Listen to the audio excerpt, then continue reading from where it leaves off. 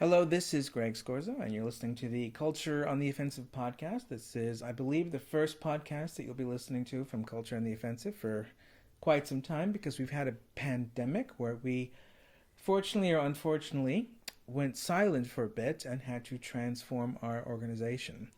So those of you who know us as a magazine that also does offline events where I go into various town hall centers and ask people questions about various philosophical and political topics. And these were called Art of Thinking sessions. I'm here with Lizzie Soden, the other half of Culture on the Offensive, the creative director. Say hi, Lizzie. Hi. And basically, before we begin this, we want to let you know that we've changed a bit in the course of this pandemic. Yeah, we kind of had to press the pause button and regroup and rethink how we're going to go forward in 2021. So what we've decided is we are no longer an online magazine because we're no longer publishing essays and op-eds written by other people. All we're going to be doing is promoting and publishing things that me and Lizzie do. So we're called COTO Publishing now. And what we will be publishing on the same website and also on lots of other social media platforms, including YouTube, primarily YouTube, is podcasts, audio plays, pieces of music, and books. Yeah, Greg has actually been very, very busy during lockdown. He's finished his first book called Love, Post-Socratic Dialogues, and that will be coming out any day on Amazon. And it's incredible. We will do a podcast just about that, we promise. And we've also got an audio play based on 3 chapters of that book called Love Before COVID. It's a 20-chapter book, I believe, and this is a little sample of the book in a 2-hour audio play, which is a basically moving picture for your ears. So it's sound and dialogue, but you imagine a movie when you listen to it in your head. That's how it was designed. Yeah, and that's available on YouTube at Love Before COVID is what it's called. We'll post a link below this. Yeah, and it's available also through Audio Boom, so it's on Spotify. And several other places on the internet. Yeah, loads of podcast platforms.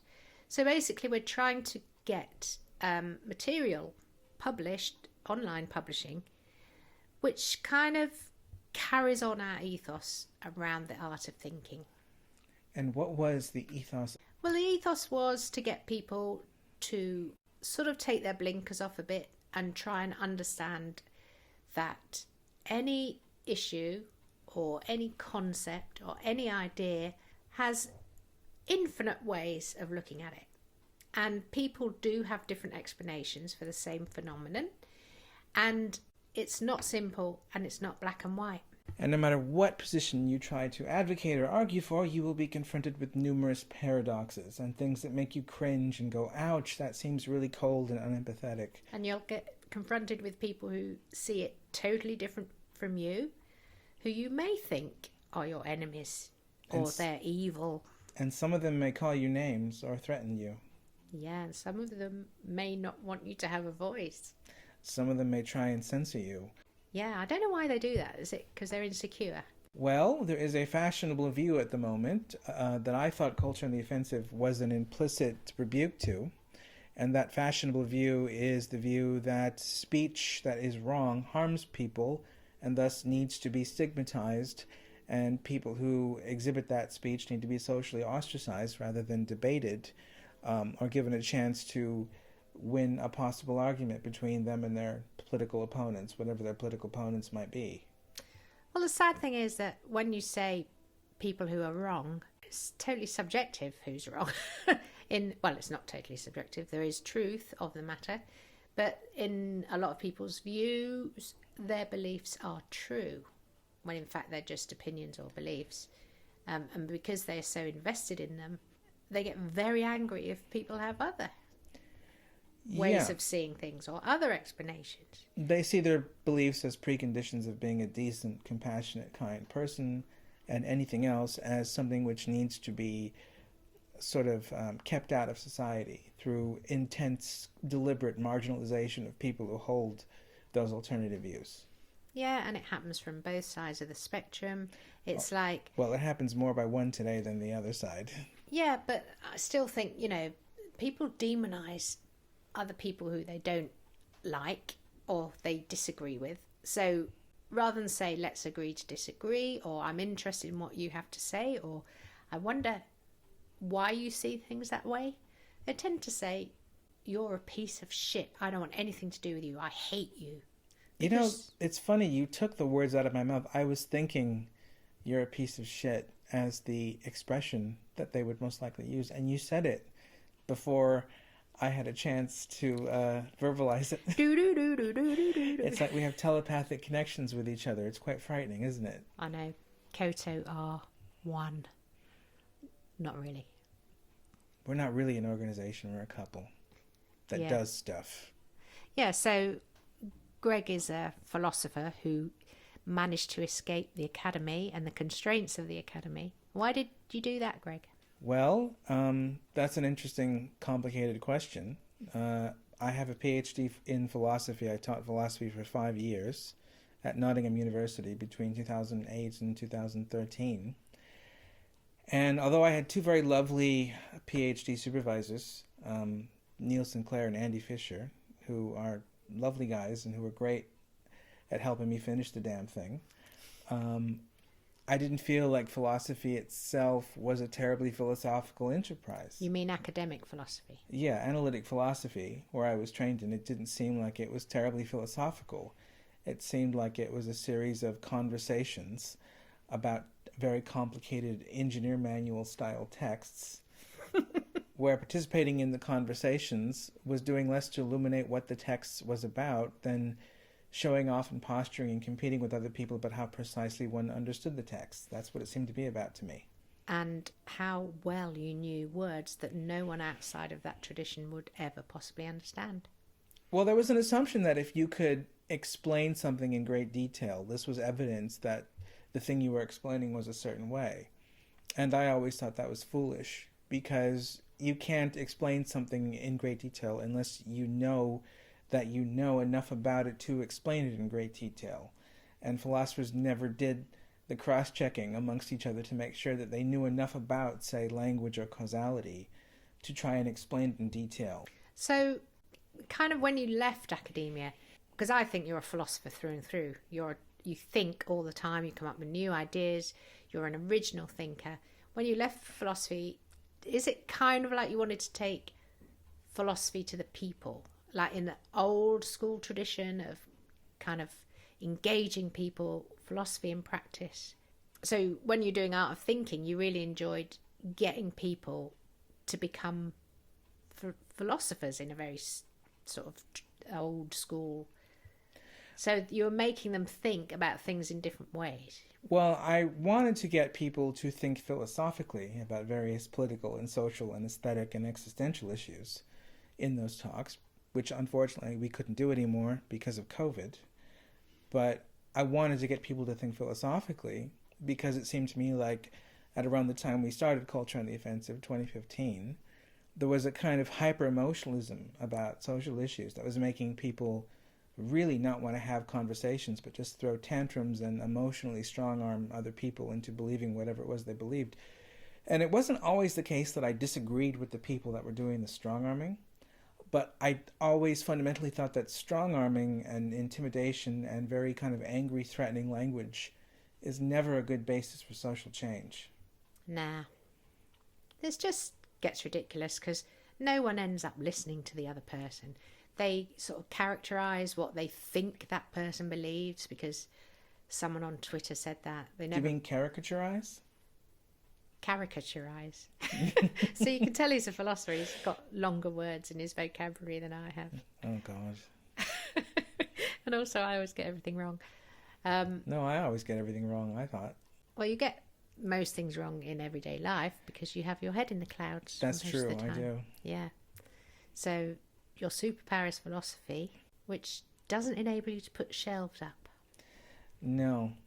In fact, I'm what some writers might call the elite, because I make pronouncements about what society should be like, even though I can't do things that working class people supposedly are able to do, like put up shelves and build things and, fix a car. You can't really be a proper man, can you? No, I'm not a proper man. No.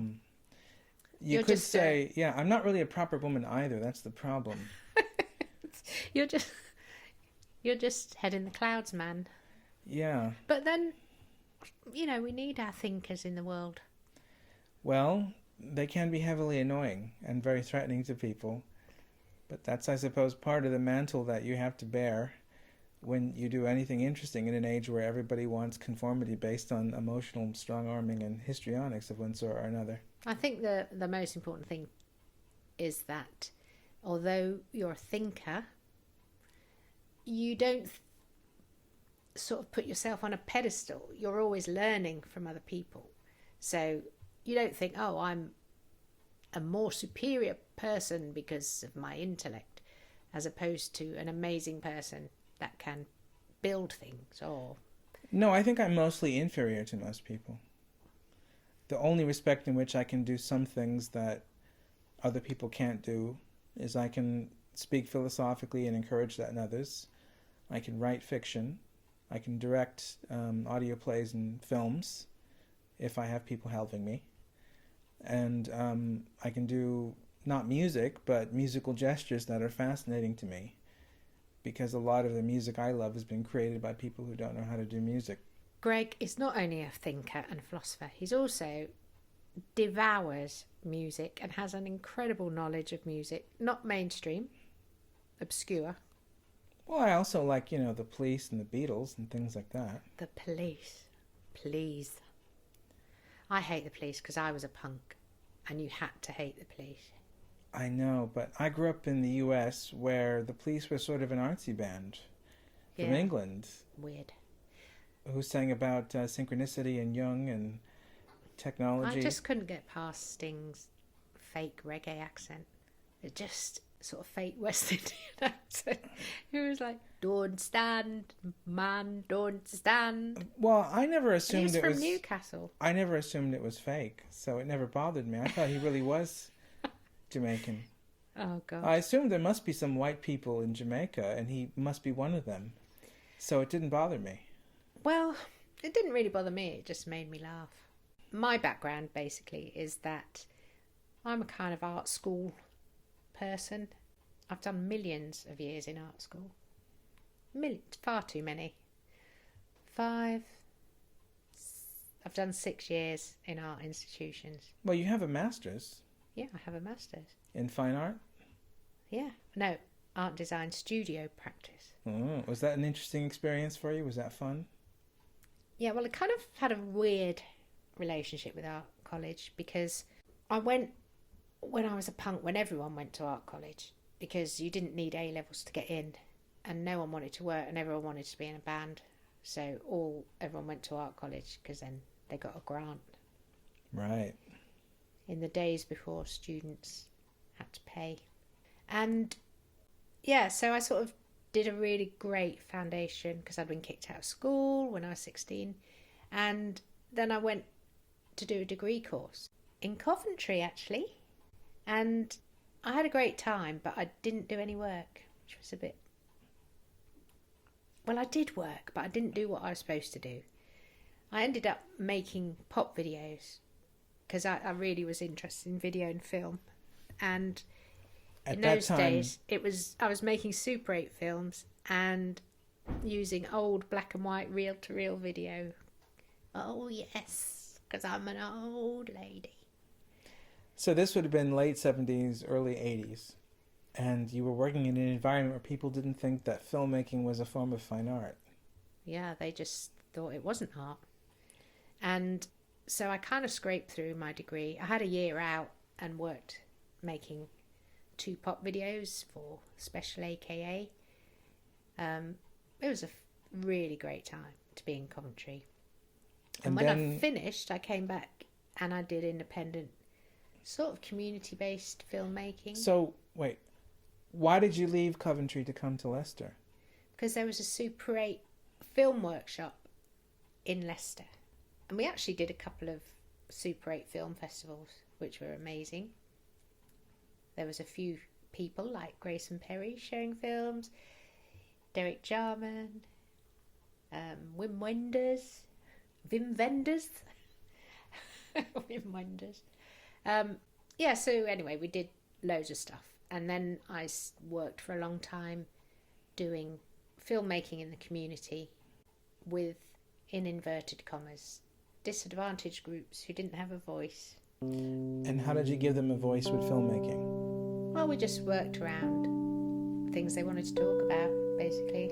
You know, so if there was something going on that they wanted to make a film about, we did some pop videos as well, and a lot of them were doing music and stuff. It was a great time. There was money for the arts in those days. You mean the 90s? 80s and 90s. Mostly late 80s, early 90s.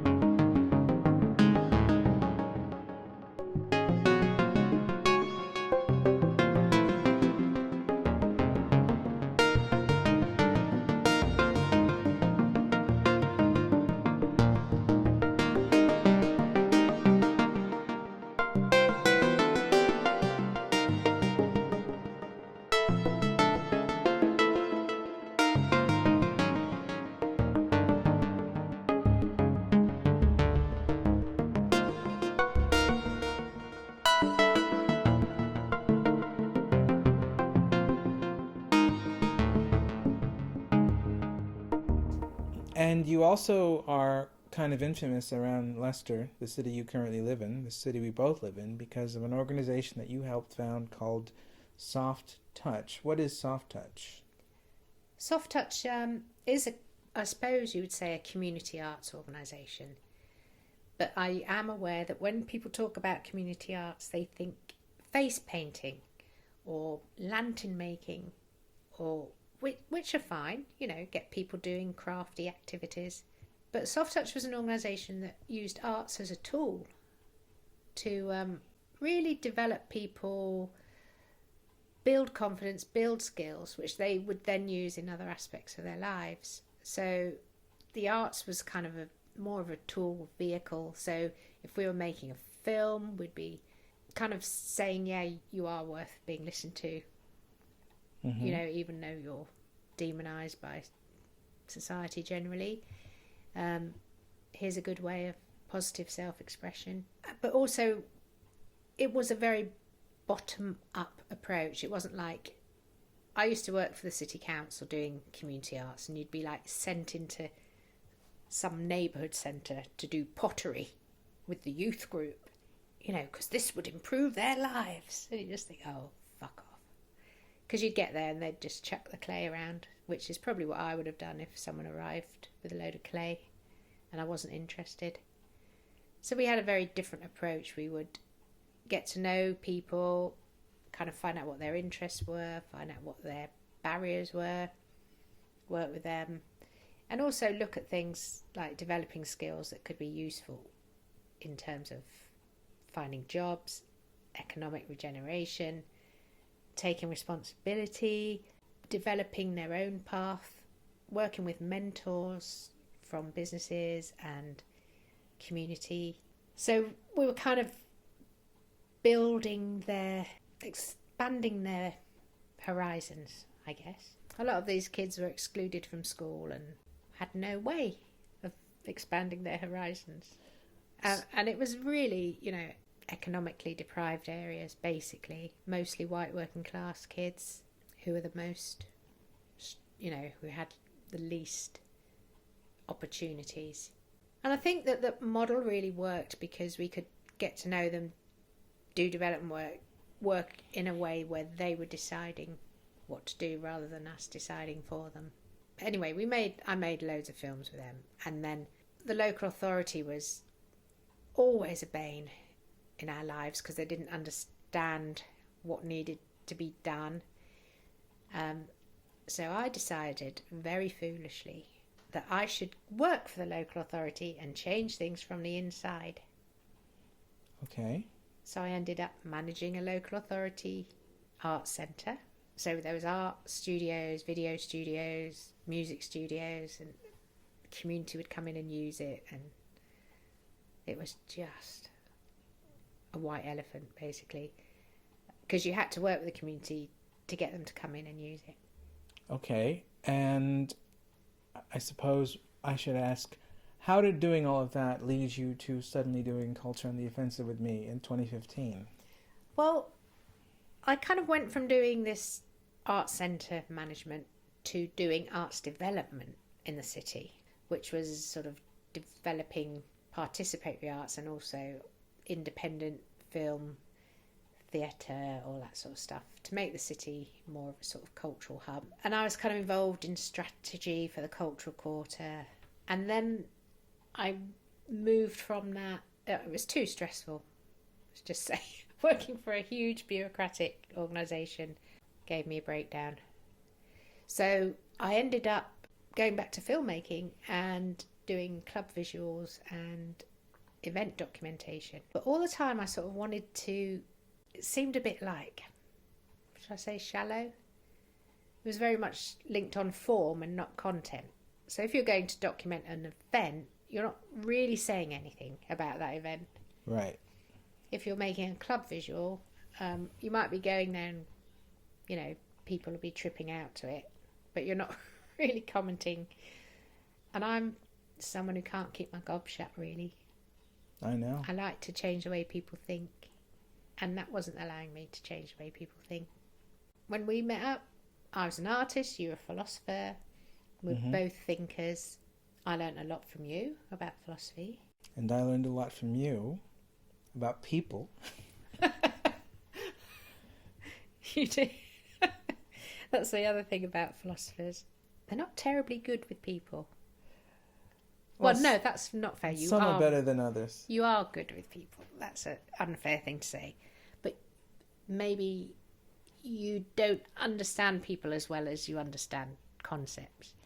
I think people are the most fascinating mystery that exists in the society, because people are possibly sympathetic or unsympathetic, lovable or hateable, in ways where there's very little agreement about who is nice or nasty compared to what you would think once you actually examine case studies of people and you show them to the public and you ask the public, is this person nice or not nice? You get a lot more diverging opinions than you would expect. Yeah, but you know what?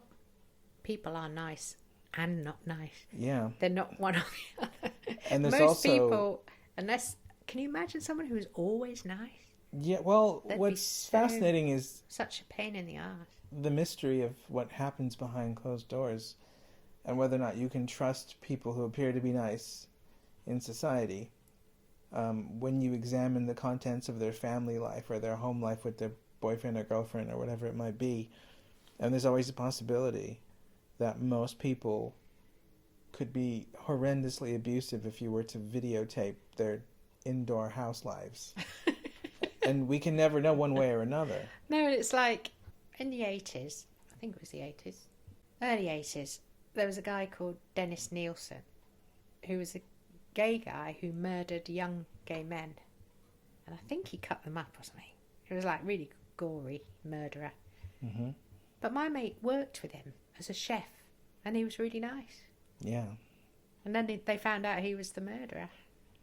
Yeah, you never can trust the niceness of people as much as you would like to, or as much as you need to, perhaps. Well, this is because we all have a shadow side. Yeah, but that's what I find fascinating about people. People are endless mysteries when it comes to how good or bad they are and how much their public persona differs from what you would experience if you lived with them. Well, I've got a theory, right? I go over to America quite a lot. I have been over to America quite a lot as an English person because Greg's from LA. Did we mention that? Are you English? Yeah. I would have never guessed. I was born in guessed. Hounslow. I thought you were from Huntington Beach. Shut up. Anyway, Hounslow's like a suburb of London if you don't recognise my accent. English people are weird, right? Because we're quite private. We've got... Even the most open people I know still have a stick up their arse. You know what I mean? They get embarrassed to tell anyone their feelings. It's really funny. But when you go to America, it feels like you get to know people really quick because there's like no filter on what they tell you about themselves personally. I mean, no, there isn't. I You're met right. a woman in the bathroom, as they call it in LA, who told me she had an abortion. when she was 15. And I have no idea how we got there. I probably talked to her for about 4 minutes. And you kind of think, oh, I don't think there's anything wrong with that, but English people, you probably have to know them for 18 months before they would divulge Maybe. any sort of personal information. They'd take the piss out of you for the first 18 months, and then they might start telling you a few things about their personal life. It depends what kind of English person you're encountering. I suppose The youngsters do it.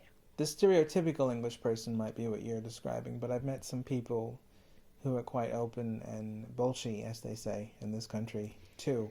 Well, I don't want to do when I was a lad thing, but... You were a lad? Well, you know what I mean. It's a saying.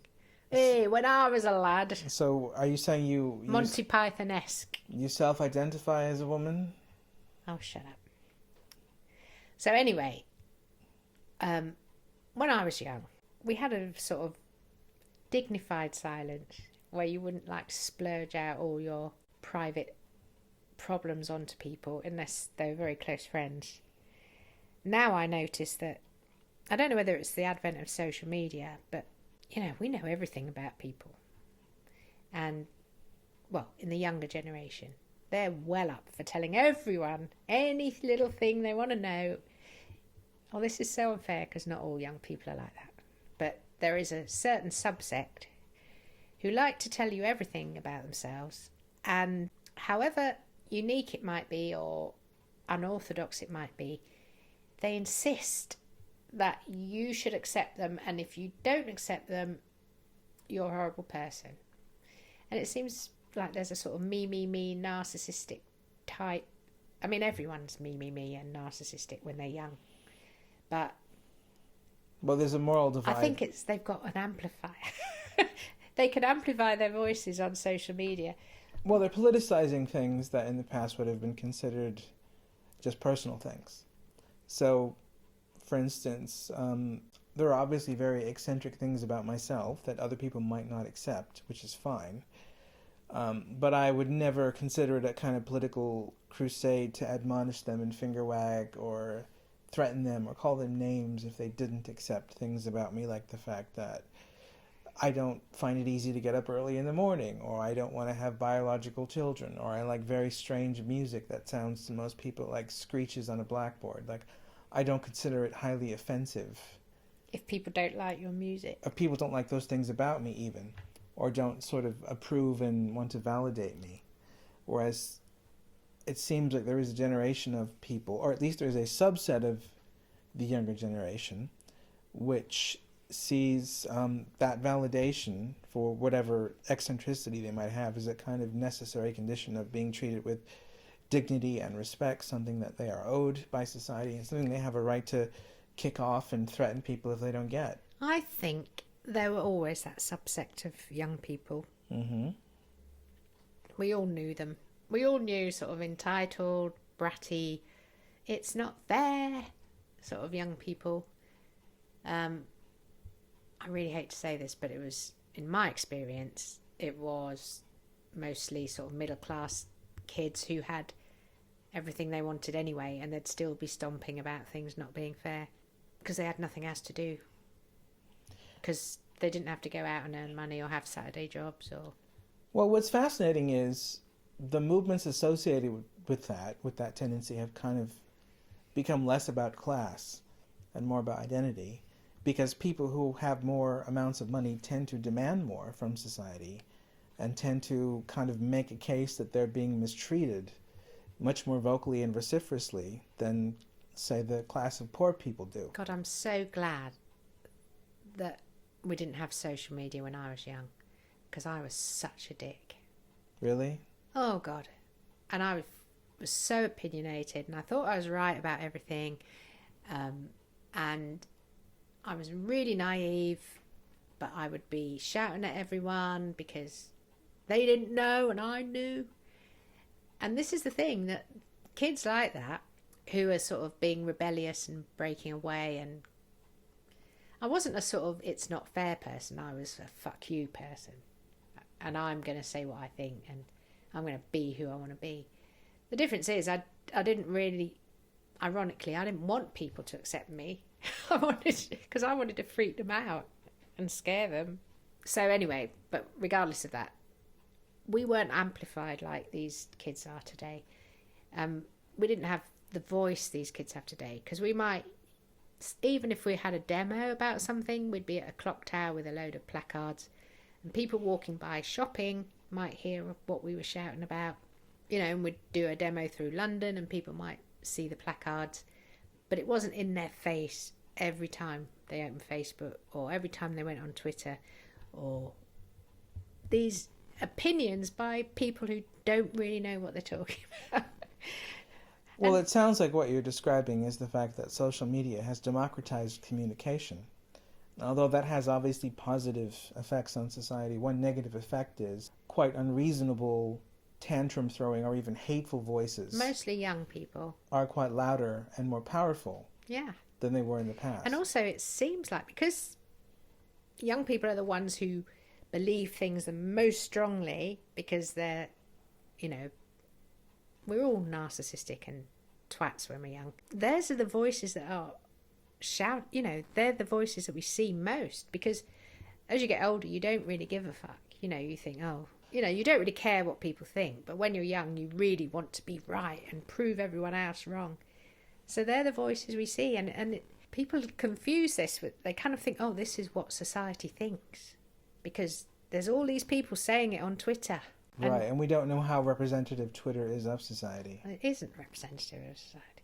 Absolutely 100%. Now, I think since we've been in the pandemic, we've got a problem, because we're not getting a balance. So normally you might go on Twitter in the morning and you might encounter some idiots and think, oh, sweethearts, bless them.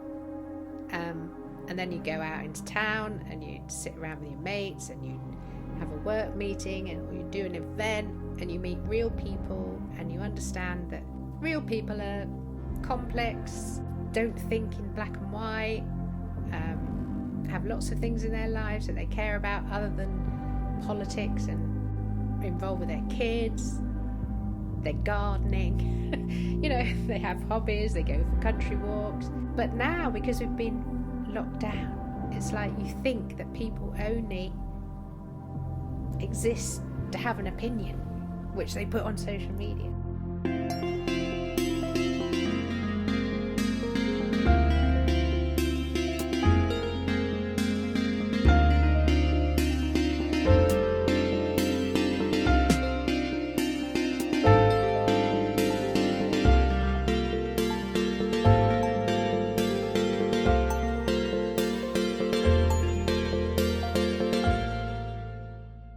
It's quite positive when a lot of bullshit gets very popular to suddenly have a backlash where there's lots of op-eds and comments explaining why it's bullshit.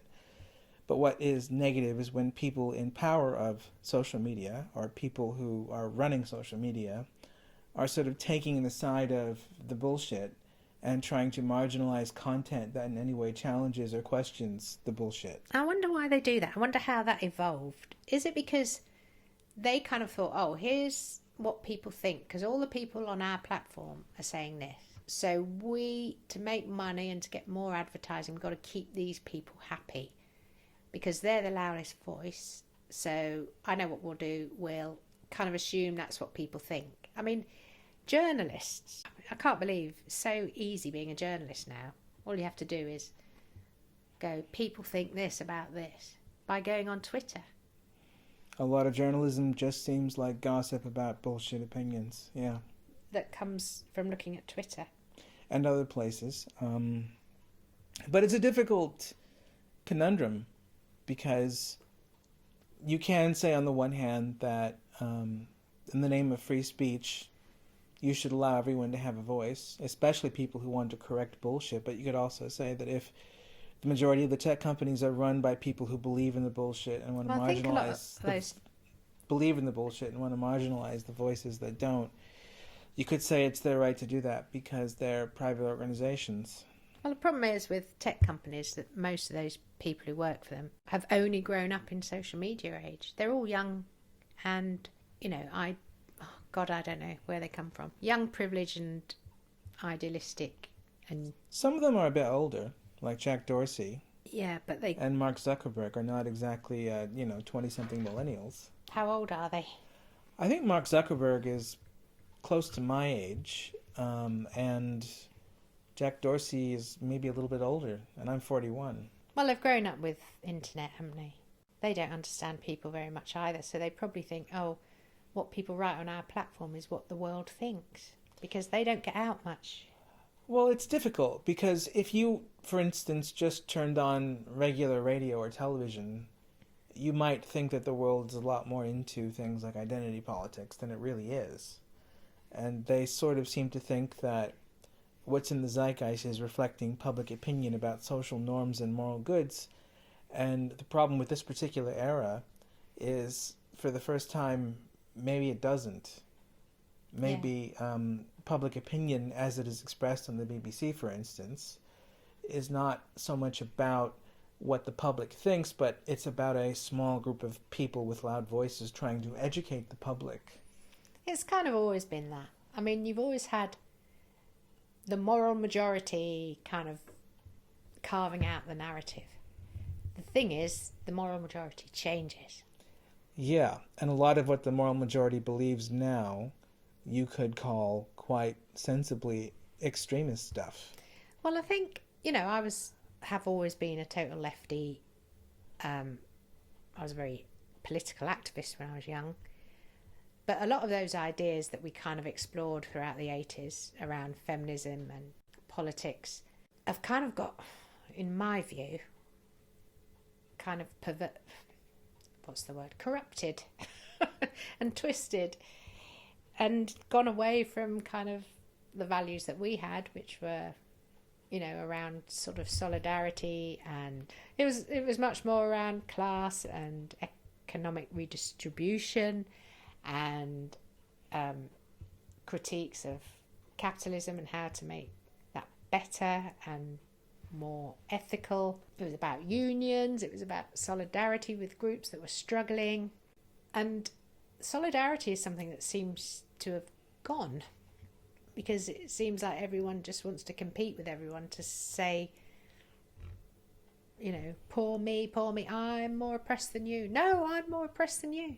Rather than, hey, how can we help each other out?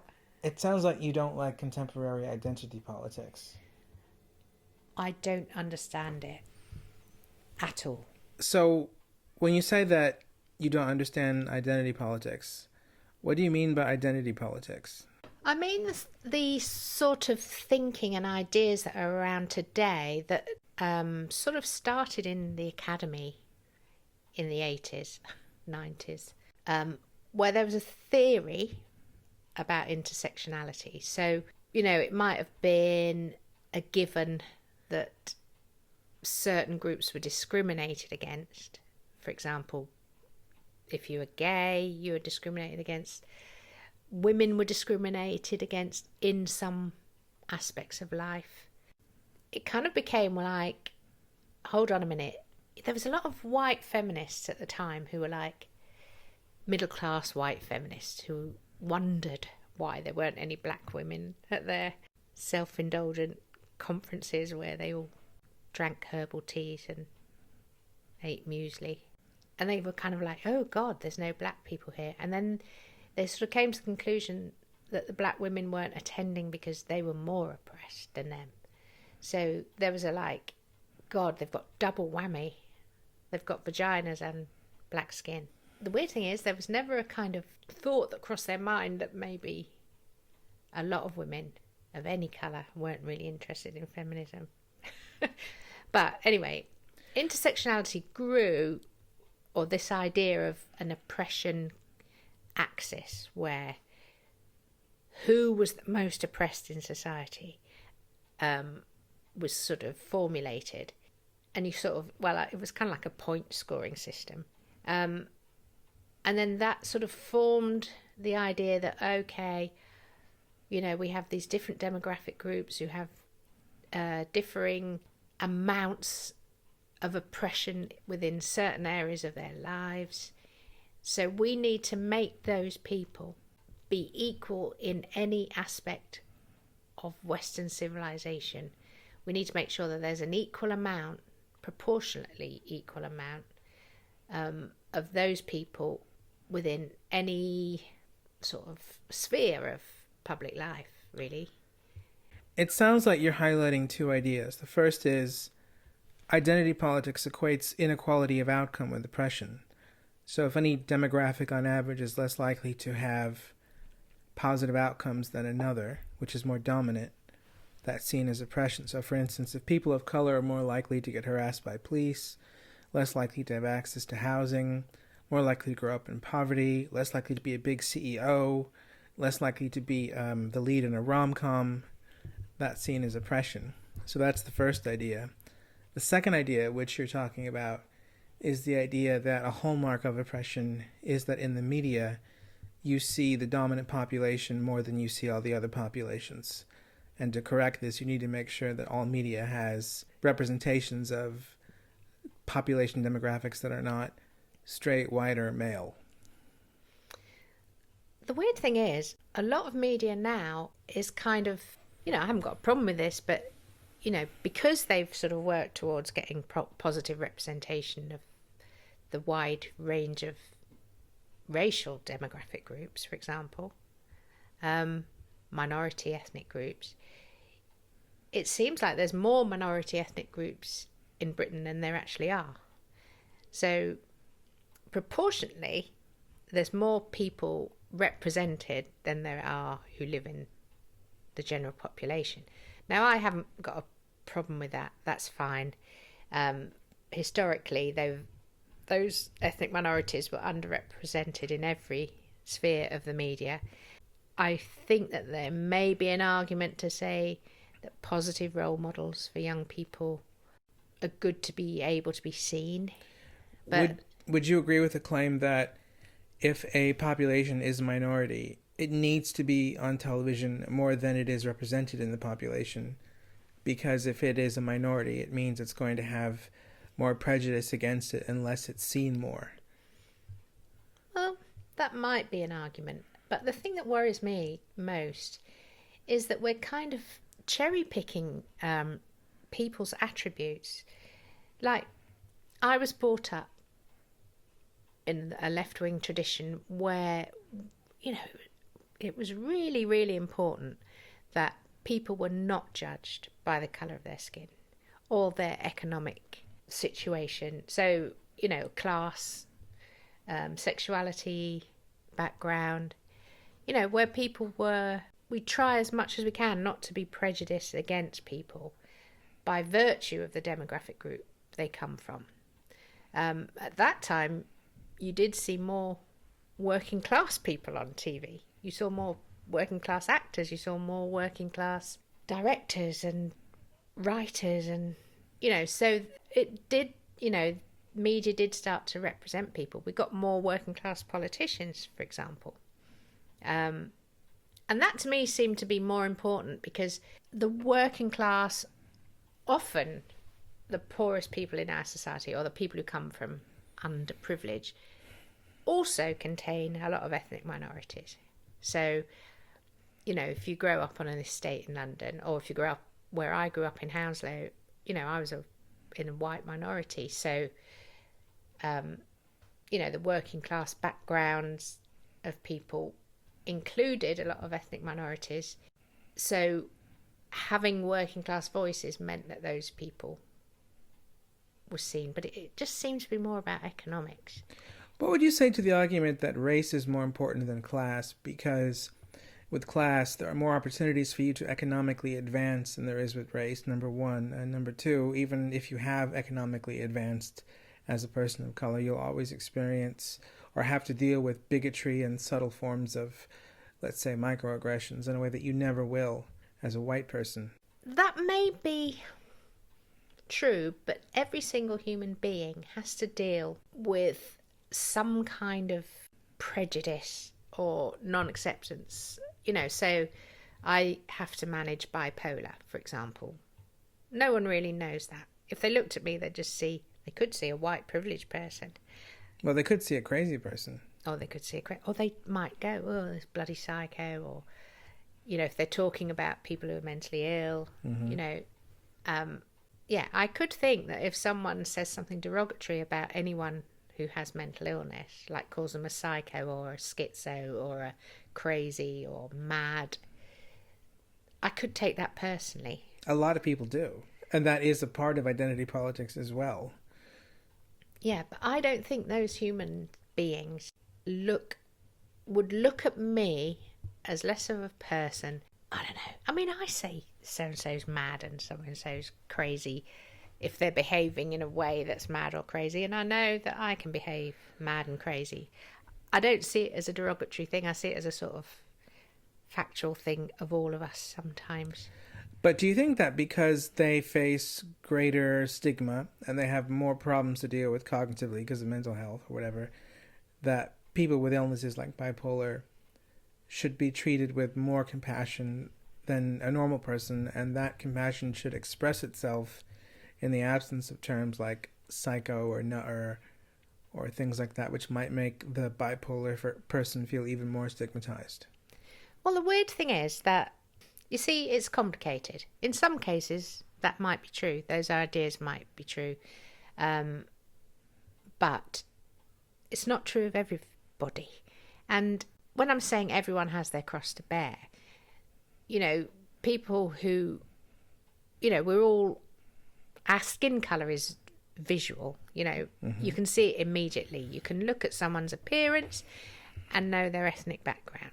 Whether or not they have mental health problems, whether or not they were abused as a kid, whether or not, they come from a really rich family, whether or not they got a scholarship to Oxford, whether or not, we have no idea about their biography. In my thinking, to judge people by the colour of their skin and not the content of their character is ridiculous. And yet, within identity politics, especially within the race conversations, that seems to be what people want to do. They want to assume that if you're black, even if on the whole black people do suffer different kinds of discrimination to others, like mentally ill people suffer different kind of discrimination to black people, just because that might be true doesn't mean it is true of everybody. There's an example, right? In Leicester, we have a white minority population. Mm-hmm.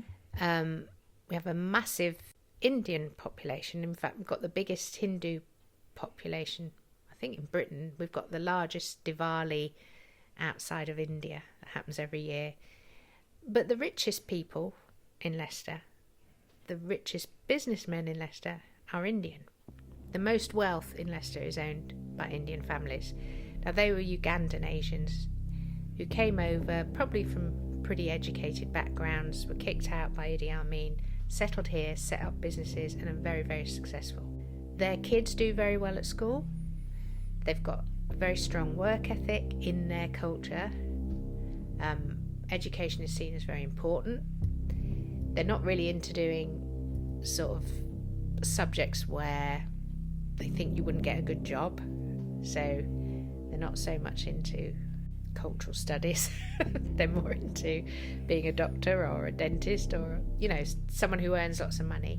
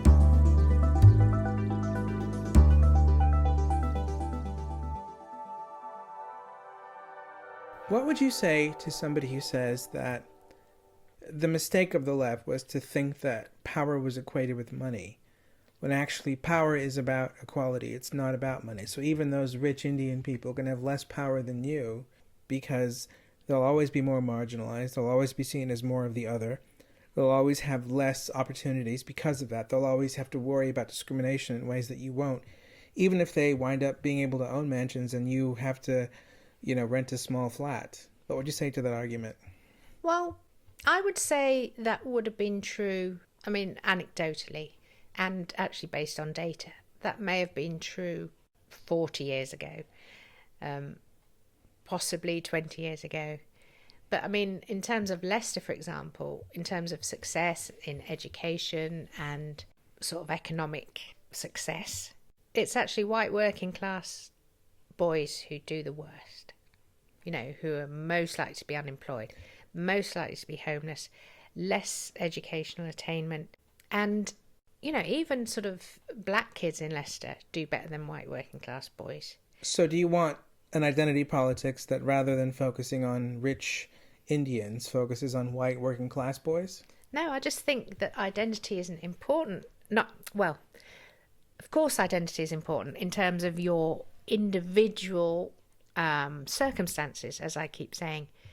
But by judging people by sort of random birth attributes, the other side of Leicester, so I'm talking about a certain Indian population, we've also got Bangladeshis and Pakistanis living in Leicester, mostly Muslim population, who come from, they came over to work in factories. They didn't come over to set up businesses.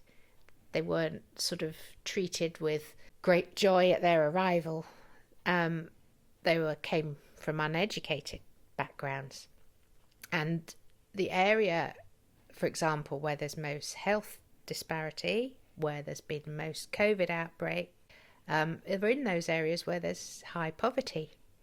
And those areas also probably have the most amount of illegal immigrants who would be brought over from very poor countries to work in factories. So they've kind of been invisible in the COVID outbreak. They've been scared to have tests because they don't want to be traced.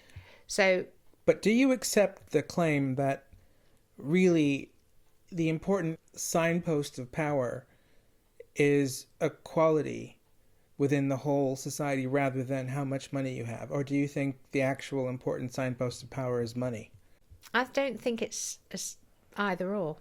I'm not an either or thinker. I think, if you're born into a Bangladeshi family in Leicester in poverty, where most of, your mother has been brought over, who doesn't speak English, they're very socially excluded, staying with their own communities, don't go into the city centre, eat their food, which they've always eaten, have a very different community. In terms of sort of culture and demographic, they're very separate from the rest of Leicester, but probably overall they are the group who are most deprived and have the least opportunities to reach their potential. Is the deprivation because of inequality or is it because of poverty? It's because of poverty and breaking the cycle in much the same way as within a white working class estate. There may be families who've lived on benefits for generations. So their horizons and their expectations of what's possible are very much lowered. So because of that, they don't have equal opportunity. They don't know what's possible. What would you say to the argument that the reason those conditions continue to be enforced is not because there needs to be more money pumped into those areas, it's because the white population looks down on, denigrates, and others the Indian population in a way that would remain the same even if you gave them a bunch of money? Well, I honestly don't think. It's complicated. In my sort of years and years of experience, and, I'm only talking from my particular experience, the people who are most prejudiced against other groups of people are those who feel hard done by. for whatever reason. So people who like identity politics. Yeah, and there are people who really are hard done by. You know, like I've worked a lot on white working class estates with those kids who really are hard done by. You know, they have lived on, you know, tiny amounts of money all their lives. They've been in benefit culture. Have you also worked with estates with kids of color who are also really hard done by? Yeah. What's the difference? Not a lot of difference, really. They are more prejudiced. They are more prejudiced because they're more bitter. The kids of color? Both. Well, yeah, add another dimension. Those kids of colour have been told that they're hated by society and that everyone hates them because of their skin colour. So they've got another layer of bitterness and anger. So are you saying... And then that's self-perpetuating. Because... So are you saying that it's the kids of color who are more likely to be bigots because they're told by society that they are victims of whitey? Well, I think they've got a distorted view. Again, I'm making generalisations, which I really don't want to do because individuals have very different reactions. But if I was working with a group of kids who were behaving badly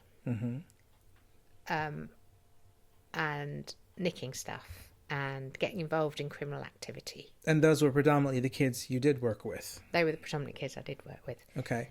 Whether or not they were black or white, they would get the same bollocking from me and they would be made to take responsibility for whatever they did because I wouldn't discriminate. They were all doing the same thing. And it would have been patronising to sort of say, oh, well, you know, he suffers racism, so I'm going to treat him differently. What would you say to the argument that your equal treatment was racist because you were keeping the power hierarchies intact by treating everybody as though they had an equal chance without some sort of redistribution of power that would require treating the kids of color differently? I would say that was ridiculous because, of course, within a group of kids, you might know if you're close to them that some kids do have more odds stacked up before them, you know, more barriers to overcome because of their particular families or social situation or dysfunctional families or, you know, an example was a kid I worked with a lot who literally had to steal to eat and he was 12 because his father was an alcoholic and when he got his dole check he spent it all. Now when he got caught stealing a bike, I could have said, well, I'm going to let him off because, you know, he needs to steal to eat. He happened to be a white kid. But that was really difficult because if I went, oh, you're all right, you can steal a bike, I understand. His motivation for being involved in criminal activity would be, you know, bolstered, really. It's like, oh, this is all right, I can get away with this. But that wouldn't serve him well in his future life. But it was very, very difficult because I knew his particular situation. What would you say to somebody who says that his particular life and sorting it out is not as important as looking after the group that he belongs to? And if the group that he belongs to has more power than another group, he should be treated in a way where power is redistributed to the other group in the same way that you would tax somebody more to redistribute money to poor people. Well, I just see it's a really bad idea. That's what I would think. I would think that doesn't make sense because, you know, that sort of negates and patronising people who may have worked, you know, who are privileged. But can you see where the idea comes from, right? I can see where it comes from. The left originally equated money with power. The left's solution to that problem has always been take money away from the top to give it to the bottom.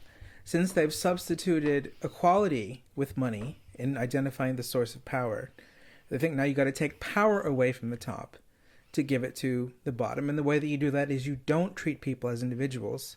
You treat them on the basis of how much privilege points they have, basically. Unless they're sort of black people who come from rich families and studied at Oxford, or Indian women who end up conservative and are home secretaries. Well, it can get quite difficult if you're talking about a person of color who's male versus a white woman, because then you have to balance out, well, who's oppressed more? Oh, God.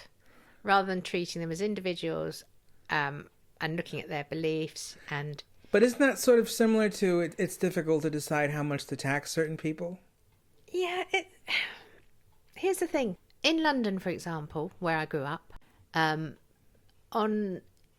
in deprived areas, good example is somewhere like Peckham, Hackney, areas of Hackney, Tower Hamlets. There's just happens to be a big demographic group of West Indian black kids who are poor. And in those areas, they are often involved in crime, drug dealing, because they are poor. It's like one of their only choices. And therefore, they get involved with gangs, carrying weapons. They are the highest group of people who are involved in knife crime in those areas. I'm not sure what the statistics would be in terms of gangs. So are white people responsible for all of that? Or is the community responsible for that? Well, again, you could say that they are poor because they haven't had the same opportunities as white kids. Their parents came over, suffered racial discrimination.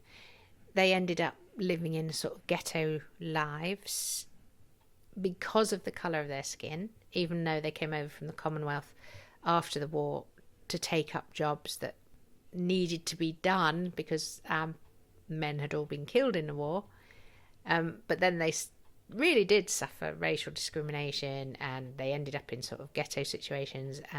So there's a lot of historical reasons why these areas formed. And then, of course, the added thing is that within those deprived areas, there are a lot of single-parent families. There's a culture of, God, I wouldn't say this because this isn't true of everyone, but there's a culture of irresponsible men there's a culture, and I really wouldn't say this about everyone because they're all individuals, but generally there's a high rate of single parents. There's lack of fathers in those areas. There's been a massive reduction in any sort of community workers, community projects, aspiration building, youth clubs. So what would you say to someone who says, okay, either all of that is the fault of white people and white people need to change it and atone, it's white people's problem, or if you're going to say it's the community's problem, if it's the black fathers themselves, you're blaming the victim? Well, the thing is, if you don't give those kids agency and responsibility in the sense that, whatever they do, they can choose to do and they're responsible for their own actions. Now, that isn't always true, because if you're living in poverty on an estate like that and the only way you can get money is to do drug dealing or be a carrier for a drug dealer, the idea that you have as much agency as someone else is questionable. So either they have less agency because of their poverty and their poverty traps, in which case you can't blame them for anything. No, I would blame them. I think you have to have a balance. I don't think it's, not every kid gets involved in gang crime and wants to, murder people who are from a different postcode. The kids who get involved in gangs, are generally dickheads. Now, there might be more dickheads that are created due to economic deprivation and lack of fathers. Even in this conversation, we can see that to judge all these kids as being the same, if I looked at all those kids and thought, oh, they're all the same, they're all criminals, they're all going to stab each other, then obviously I would be racist. Because or at the very least, you would be bigoted towards that particular city of kids of color. Yeah.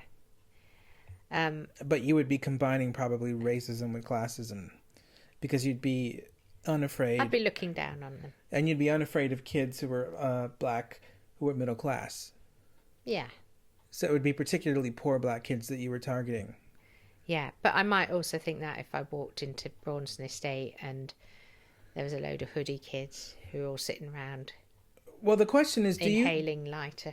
Regardless of the race involved, do you think that poor kids have less responsibility for stabbing each other than middle-class kids? Depends what you mean by responsibility. They have less opportunities to realise their potential. So in a sense, their horizons or their expectations are limited compared with middle class kids.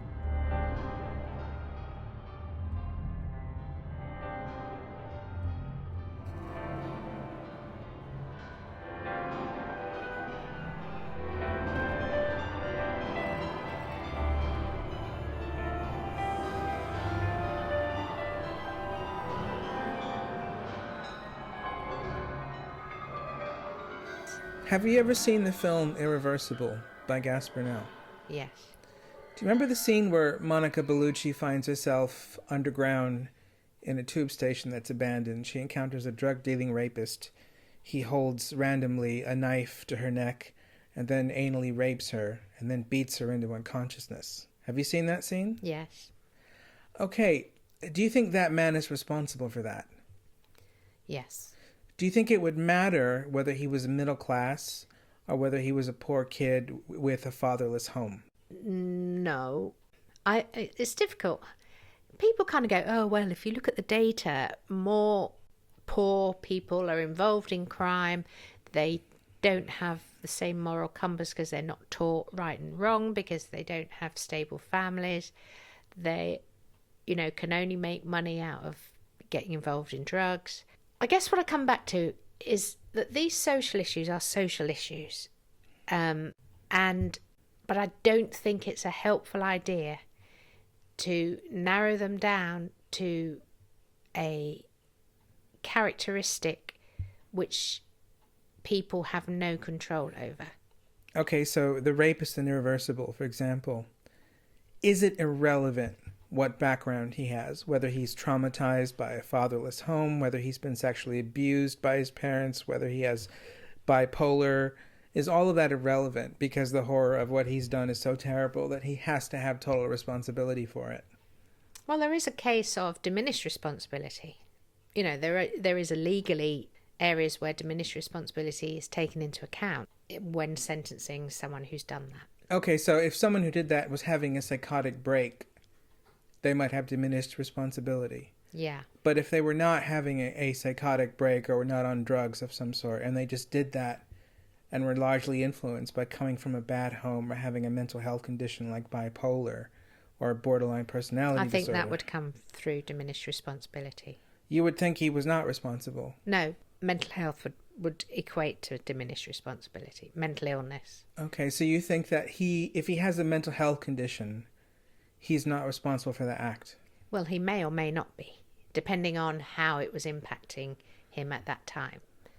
So if he was ill at that time, you can say he's responsible for keeping well, but not everyone has the same access to keeping well either. So it's complicated because you could say that about any murderer. No normal person would murder. So if you do, it must be because something horrible's happened to you. Okay, well, let's say there's two different versions of what might happen. In version one, he's got bipolar, and he walks into a liquor store that night and knocks over a bunch of cans of soda. In the second version, he's got bipolar, and he anally rapes and beats the crap out of Monica Bellucci. If he's in court, and if he says in both cases, it's because I couldn't manage my bipolar, should he be given the same punishment for both of those things? Well, of course not, because it is linked to the impact that crime has on people. You can't excuse the fact. I mean, it might be that he needs to be hospitalised if he raped and abused someone and he's really violent. He would need to be taken away from society. Do you think there is something to the argument that if you have bipolar and you're allowed to be in society and not be sectioned, that means you have to be responsible for doing things like what he did, or else you shouldn't be in society in the first place. Well, again, society isn't perfect. To get mental health support and care and counselling and, adequate drugs, getting the balance of medication right is hard. And, the NHS mental health services are shit most of the time. They're not. So, if you're a rich person who has those same mental illnesses, you could book yourself into the Priory and have 24/7 counselling with top psychiatrists and get your medication tweaked while you're resident in a hotel room. Do you think there is something dangerous about the idea that somebody like him is responsible for that act in proportion to how privileged he is? That the less privileged he is, the less responsible he is by definition.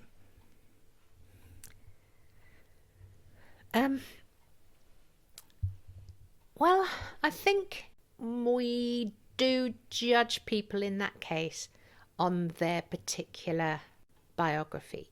So we do seek explanations for extremely unsocial behaviour, especially things that are violent, But on the other hand, there are some people who are just violent, whatever background they come from. Okay, let's take another interesting example, a way of parsing out this movie scene. Suppose in one version of this movie scene, the person who's doing this horrible, violent rape is a kid from Peckham who has a fatherless home, who's always been poor, and who grew up in gangs and was surrounded by violence and pathology.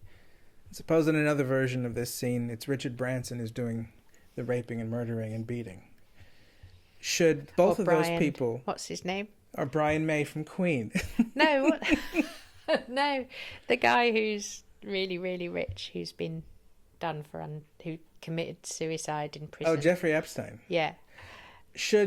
Or Harvey Weinstein. Okay, should the rich version of the criminal be given a greater penalty than the poor version of the criminal if both of them are doing something really, really heinous that most people, whether they're rich or poor, just don't do? Well, I think you should treat everyone as individuals. But you also need overall rules in law, to sort of as guidelines as to what's acceptable behaviour. And most people know it is wrong to rape and violently beat people up. Okay. So you've said that you're okay with mental health having some impact on the sentencing for that sort of act of criminality. Do you think class should have some sort of impact on the sentencing for that sort of act of criminality? Randomly, anally raping and beating the shit out of a woman in a tunnel. Well, here's a difficult one, because in America, you are more likely to be imprisoned for the same criminal act if you have black skin. Yes. And you are less likely... right, but you're also more likely to be in prison for a longer period of time for the same criminal act if you're male rather than female. Oh, totally. Yeah. So there's always discrepancies. Now, the assumption with that is that, black people are generally criminals. White people must have more excuses for what they did. And out-and-out racism, I guess. But there is also... It's very, very hard. I mean, I know people, black Americans I know who feel angry that people are treated differently, obviously in terms of white and black, but also that black kids aren't made to take responsibility in the same way and are sort of told that they are going to be picked on by society because of their skin colour, and it becomes a self-perpetuating prophecy. It's complicated, but I would always say that it's not necessarily a good idea politically to carve people up into demographic groups based on things they have no control over. Although we may also at the same time say, on the whole, this happens more often to these group of people, and this happens more often to these group of people, and these group of people are discriminated against in this way, and these group of people are discriminated against in that way. It's not bad to talk about that, because by tackling those things for individuals, society changes for the better. You only have to look at, the gay community, what they went through. One of the problems that's happening now, I think, when I talked about the people who are most prejudiced are the ones who have the most hardship and are the most bitter and the most socially excluded, in my experience. And so poor kids who are of darker skin tones, who believe they are oppressed, to you are more bigoted than white privileged people. No, they judge. They have a right to feel bitter, but they don't have a lot of charity towards other people. So it's a paradox. The less well off are actually the more bigoted ones, in your view. Well, yes, but it isn't about being less well off. It's the more you think you are deprived and a victim, the more bigoted you become against other groups. So, if you are, you could be a white liberal, middle class, rich, in many ways privileged person, economically privileged person, who, because they don't like dressing in the same way as most ordinary people. If they're genderqueer. Yeah, they may be genderqueer. They're resentful at society because most men wear pants and not dresses, and they feel like they're being marginalized and they're bitter and pissed off about it. Is that what you're thinking, this sort of person? Well, no, they see themselves as victims because they see themselves being discriminated against in the same way, or people being prejudiced towards them in the same way as they would be prejudiced towards young black kids in Peckham. Now, the thing is with young black kids in Peckham, there's a lot of ordinary young black kids in Peckham. There aren't a lot of genderqueer people. They shouldn't be judged or discriminated against. They are different to the majority of ordinary people. So to expect people not to go, oh, they're different, and not hate them, just like, oh my God, I don't know if I'd want my son walking out with high heels and lipstick on. That's a bit weird. To expect people not to think that is... and to get really angry when people do think it. But haven't you just described a bigot? Yeah. So are you saying we shouldn't expect people not to be bigots? No, I don't actually. No, I don't think you... I have just described a bigot. Okay, so the person who says, I don't want my son looking like, I don't know, Boy George in the 80s. Actually, he's quite tame compared to what people look like now. So if someone says, I don't want my son to have lipstick and look like a drag queen, let's say. But there may be lots of reasons for that. Do you think that person is not a bigot and we should not expect that person to accept the fact that their son might want to look like a woman or identify as a woman? There may be some people who are bigots that say that. But there may be some people who think this is going to make my son's life much more difficult. He will be picked on by bigots. Isn't that a bit like the person who says, I hope my son isn't gay because he'll be picked on and his life will be a lot harder and I won't get grandchildren. Yeah. So I hope he's straight. Yeah. And isn't that sort of attitude supposed to be wrong? Well, this is the thing. It's context. You know, if you grow up in a country where gay people are murdered, which there are many countries where that still happens, or imprisoned, and you say, oh my God, I don't want my son to be gay or daughter to be gay, I don't think it comes from a place of bigotry. But if you live in the West and you live in Peckham, say, or any of the places you described, Braunston or whatever, or even a middle-class place like where we live in Leicester, is it not wrong for a parent to say, I hope my son identifies as male and doesn't wear weird female-looking clothes, in the same way that it would be wrong for them to say, I hope my son's straight?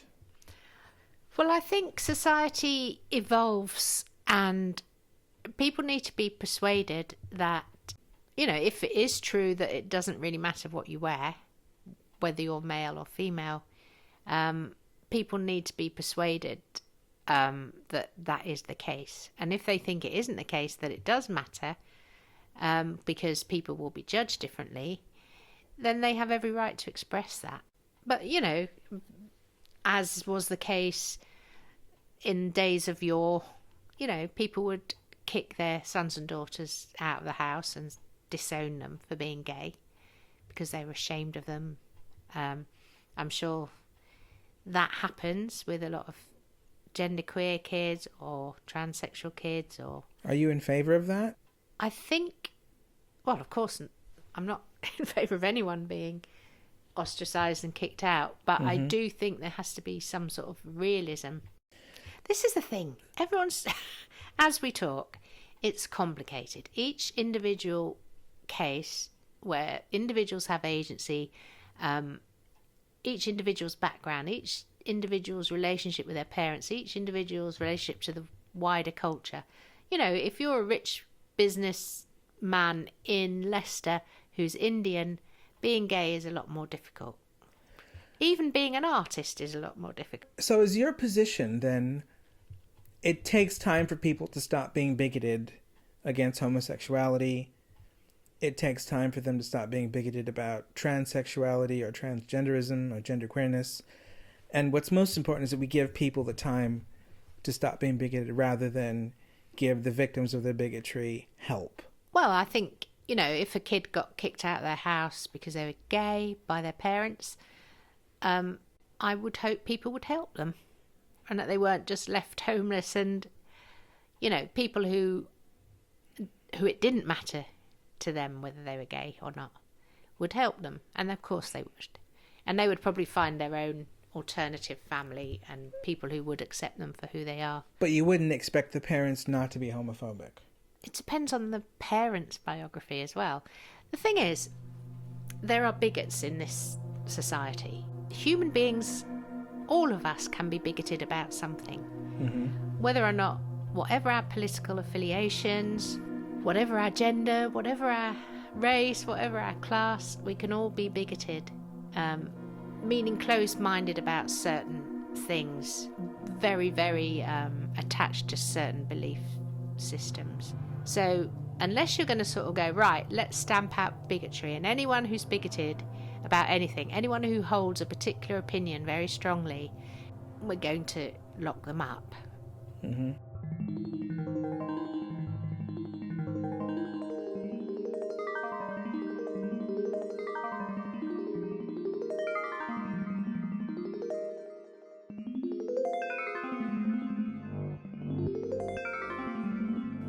You see, human beings aren't perfect, and they change, and their views change.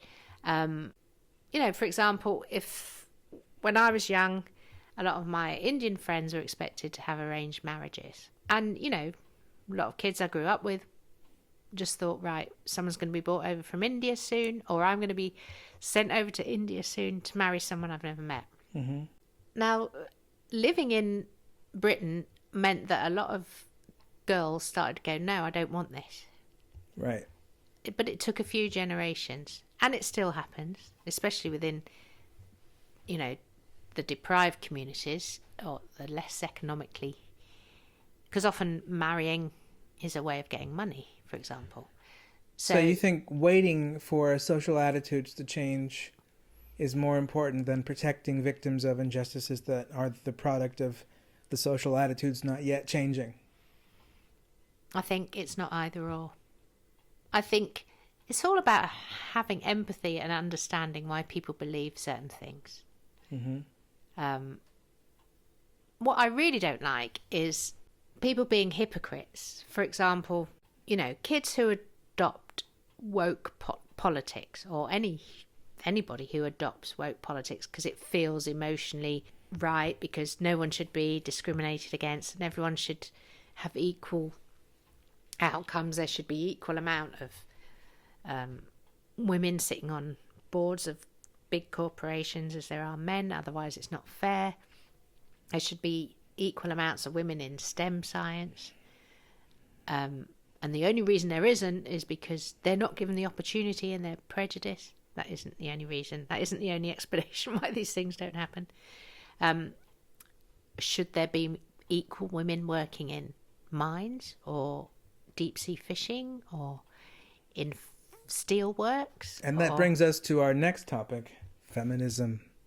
So we're going to talk about feminism, and I'm going to ask you some questions, actually. Now, there is a common view that, here I am sitting with a BAME man. A Mexican-American man. Yeah, who's actually a real massive ethnic minority in England. Yeah, there are no Mexicans on Fleabag. And I was talking about race. So now I'm going to say, right, let's talk about feminism. And a man is going to talk about women's discrimination. A man who has no place doing anything except licking women's assholes on this issue. I think that sounds a bit Gaspar-no, but... Well, it's okay if I complain about not wanting to lick white women's assholes, but that's about it. No, I think we're going the wrong direction there. No, I think people might say that you are not... Because you haven't experienced being a woman, you have no... Well, actually, because I haven't experienced choosing to self-identify as one either. No, exactly. You have no right to talk about discrimination against women or women's issues. Because you can't possibly understand it. The irony... Oh, here we could go into... Here we go! I could make myself understand it by identifying as a woman. Yeah, but supposing you've never identified as a woman till you're 30, that means you've identified as a man all that time. So how can you understand or know that you are a woman? Well, I could always trump that by saying you can't know what it's like to be a trans woman and what I have to face if I self-identify as a trans woman right now. Okay, well, I'm going to talk to you about feminism. Okay. So how would you define feminism in 2021? Well, to me, contemporary 21st century feminism is the view that we, in the West, in English-speaking countries, live in a patriarchy, a system in which men dominate women, where men have privileges that women don't, that are specifically designed to take power away from women. And this system is something that all men who are not opposed to the patriarchy are complicit in and deserve a real bollocking from women because of that. And by bollocking, I mean we should not have an etiquette where we expect men and women to treat each other the same. We should allow for much more anger and resentment coming from the female side of things, coming towards the male side of things. So what do you think are the problems with those ideas? Well, the main problem is the idea of the patriarchy seems to me to be false. Do you think when people use the words, we live in a patriarchy, rather than some aspects of society are patriarchal? Then it's not feminism anymore. Right, so we live in a patriarchy you find problematic. Well, in order for it to be the sort of patriarchy that feminism needs, it has to be the sort of system that gives women good reason to be angry at any man who's not fighting the system alongside her by trying to redistribute power from men to women. And I don't think we live in that kind of patriarchy, if we live in a patriarchy at all. So we're coming back to the redistribution of power being the politics. It's like the only fair way of... Even though people have different amounts of power in different ways between the genders, the only fair way would to make sure that there was equal amount of power in all aspects of gender relations. Well, it's treating power like money again. It's substituting power for money, and so we're doing taxation. And we did that with race, and now we're doing it with gender. So why do you think we don't live in a patriarchy? If I were to ask myself, do we live or do we not live in a patriarchy, I'd have to use my imagination to kind of imagine what a patriarchy would look like. So one of the things that I would think would be a hallmark of the patriarchy is there would be only social inequalities that benefit men at the expense of women. And that's not really what I see. For instance, men are more likely to be victims of homicide. They're more likely to die in war. They're more likely to be victims of abuse, specifically physical abuse, as children. They're more likely to be sentenced longer prison sentences for committing the same crimes as women. They're more likely to have difficulty if they are sexually assaulted or raped. They don't have an easy time in the courts when they try and get custody of their children. And they have to live in a world where they're constantly, in popular culture, in the media, and in education, being berated and being blamed for things that they can't possibly be responsible for, like the crimes of other men, and specifically the crimes of other men against women. So do you feel that, like, we're coming back to this old thorny chestnut of judging everyone to be the same by virtue of an accident of birth, i.e. they have no choice over whether or not they're born with a penis or a vagina? I think, again, it's very similar to the racial argument, which is if you are white, you benefit from the power structures, and the only ethical way that you can be someone who doesn't deserve a bollocking is to redistribute power downward. The problem I have with that is I don't equate equality with power. And I think there are a multitude of different kinds of power. And I don't think any two demographics can ever have the same amount of power, even tall and short people, if we're talking about power in terms of inequality, because I don't think equality of outcome is even possible. So the entire conceptual network of ideas that are used to sort of emotionally browbeat people into thinking they've got some sort of privilege they need to give back by being submissive in some way towards another group, I totally reject. So that's the first thing I should say. Could you tell me why you totally reject it? The reason I totally reject that idea is I don't think that we should ever encourage individuals to be subservient to other individuals on behalf of the power levels that the demographics have. Because you can't have an ethical society where you're trying to achieve something unachievable, like equality of outcome, and the way that you're doing that is by doing all the things that created the injustices you're supposedly fighting against. So if you really hate racism and sexism, for instance, which I do, the last thing that you can do to get rid of that ethically is to de-individuate people and treat them as though they have some sort of collective guilt they need to atone for by being subservient in the face of another person because of that person's demographic. I think that's a really horrible, unethical thing to do. It's an expression of and the basis of racism and sexism. And it's doing those things to try and achieve something unachievable, which is equality of outcome, which people, I think, mistakenly associate with equality of rights, which is not the same thing. Would you expand a little bit on the fact that you think racism and sexism goes two ways?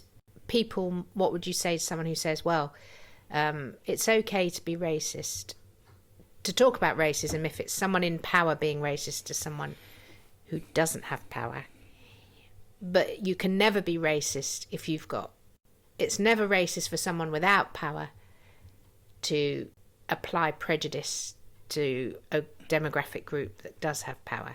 And also in terms of sexism, you know, men can be sexist because they have power, but women can't be sexist because they're necessarily in an oppressed group anyway. So they're just, it's kind of a bit revengeful, isn't it? It's like, well, I don't associate being in an oppressed group with not having power.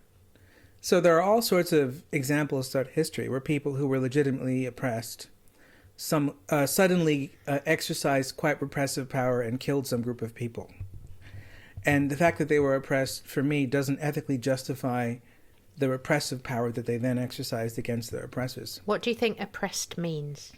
Oppressed means being treated differently for an arbitrary, stupid reason that not always but often benefits the person treating you differently. That's how I would define oppression. And I think oppression is a bad thing, but I'm not keen on this idea that oppression is the worst thing in the world.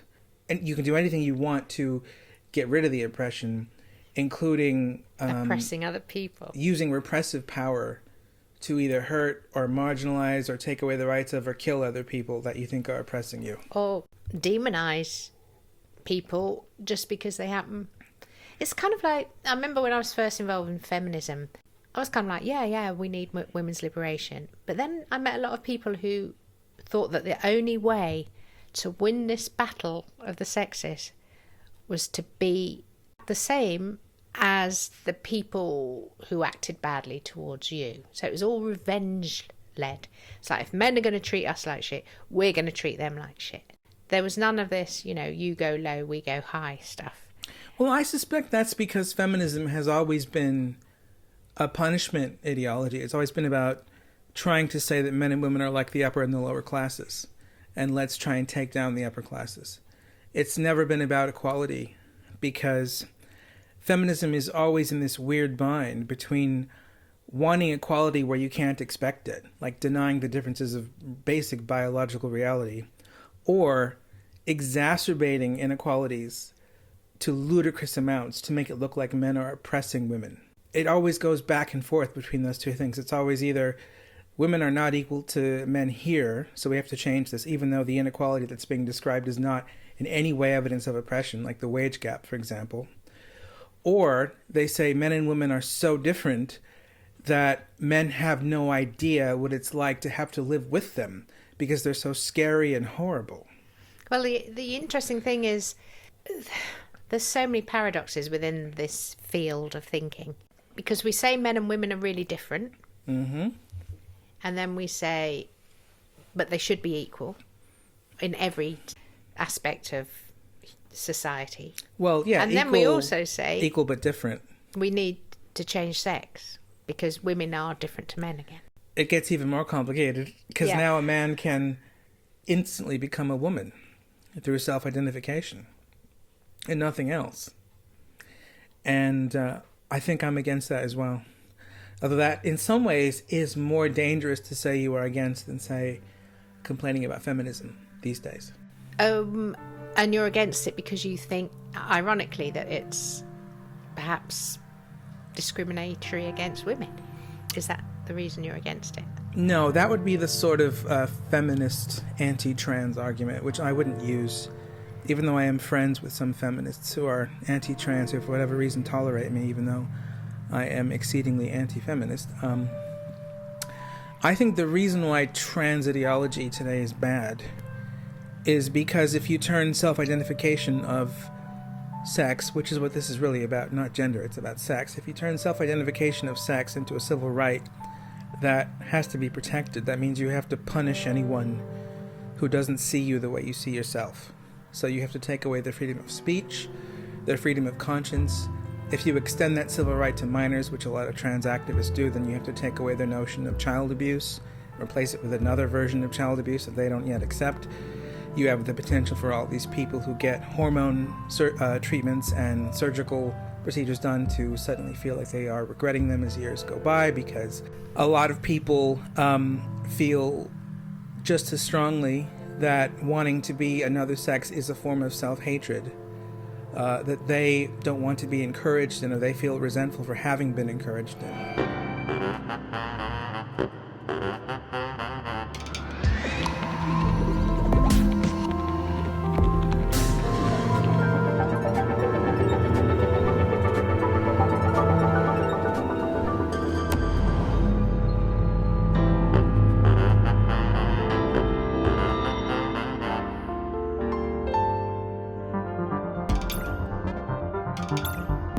You can change your gender.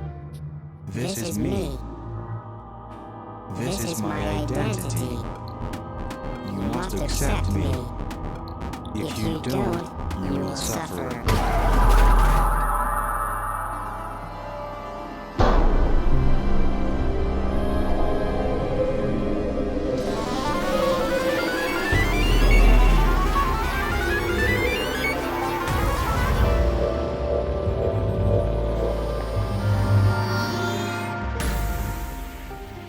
Well, I guess as well, if you feel like you're in the wrong body, how do you know you're in the wrong body?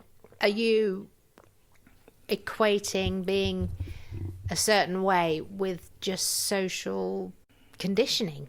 You know, like, I'm a woman who's never liked dressing up and wearing high heels and looking stereotype, I don't know, feminine, having my nails done, all that sort of stuff. I'm much happier stomping around in flat boots and having short hair and living in jeans and sweatshirts. Now, does that mean I don't feel like a woman? Which version of woman should I feel like? I suspect that this is a mistake that the medical industry made in the early to mid 20th century. An ethical mistake rather than a scientific one, because you can look at all of the same data that they used at that time and come to a completely different conclusion. Fundamentally, what happened was a group of people who experienced body dysmorphia were told by medical physicians, your beliefs are true. You're experiencing this because you really are a woman, or you really are a man. And we can do these procedures for you that will help society accept you be seen the way you see yourself. To eliminate your distress, to make the suicide and depression rates of this group go down. At that time, do you think it was more to do with... Because at that time there was very, very much more fixed gender presentation. So, for example, women didn't even wear trousers particularly. Yeah. You know, so... And men didn't have long hair. Men and women's clothing and dress was very, very distinct from each other. So if you might feel like a David Bowie type character who wanted to be flamboyant and have long hair and dress up and wear, you know, potentially you could say, oh no, men don't do that, so you must be a woman. Well, for me, the key to understanding that issue is to ask the question, okay, if they told people with gender dysphoria, your beliefs are true, why did they not also tell people with race dysphoria, age dysphoria, ability status dysphoria, height dysphoria, narcissism, that their beliefs were true as well? And I think the answer to that question is because on some level, the medical establishment could sort of imagine what it would feel like to feel like a woman trapped in a man's body. They just couldn't understand what it felt like to be a able-bodied person who thought that they were trapped in some able-bodied body rather than in a disabled body, which is the actual natural body. They couldn't go there. They couldn't go there with height. They didn't go there with race. They didn't go there with any of the other dysphorias. So my question is why? I think, well, my feeling is that throughout history, there have always been very feminine men and very masculine women. And in many ways that was kind of accepted, especially in, you know, the ruling class, the aristocracy. You know, men were peacocks. Some men were. They were very feminine. And a lot of arguments about that is they had more estrogen. So they had a chemical, you know, they had more of a female hormone in them. But on, I think, a deeper level, the reason why gender dysphoria got socially constructed into transgender person by the medical establishment is because cisgender people, that is, people who aren't trans, they on some level could empathize with trans people in a way they couldn't empathize with people with other dysphorias. But I think the reason they empathized and wanted to accommodate these beliefs were because they had beliefs about gender that were actually quite reactionary. Yeah. Yeah, because they thought, oh yeah, a man wearing a dress must be a woman, because no man should wear a dress. Right. Yeah. So because of their lack of gender fluidity, ironically, they... Gender bending. Yeah, they took gender dysphoric patients as people who literally needed to get kicked out of their sex to be happy, because they had an idea of what it meant to be in the sex that was quite rigid and reactionary. It's interesting because when you look at sort of post-war, where there was very, very sort of narrow gender roles, because, you know, loads of soldiers came back, the men had fought in a war, the women had to wait for them to come home and be good wives, and, you know, there was very, very much more pronounced gender roles and gender presentation. Then we sort of went into the 60s and the 70s where gender expectations and gender presentations were stretched, gender bending started happening. Mm-hmm. So men could grow their hair and wear flowery shirts and wear pink trousers, and women could cut their hair short and start wearing Doc Martens, and so those sort of gender norms, presentation norms, were broken down. Mm-hmm. And then we kind of went into the 80s and they kind of got pronounced again, because men started cutting their hair and they were dressing up more. And I think sort of culturally, there was the sort of lad culture and things became more polarised again between men and women. I think maybe what you're describing is the 90s, with lad mags and grunge and everything else being short hair and apart the from 80s, grunge. the sort of yuppies. Because when I think of the 80s, I think of like sort of the classic era of gender bending. Yeah, I suppose, yeah. The And new romantic. Prince and things like that. So maybe it's when we kind of get more socially conservative, there seems to be more of a need for people, or there seems to be more impulse for people to kind of go, oh no, I'm not like a woman because women are like this. I don't feel like a woman. I'm not sure that it's about social conservatism. It's more about feeling like you have a chance to demand things on behalf of a group, and people will be subservient if you throw a tantrum and are quite spiteful and mean about it, but you also play the victim. And it's about pushing how far society will go. So it wasn't far enough to have transgenderism itself.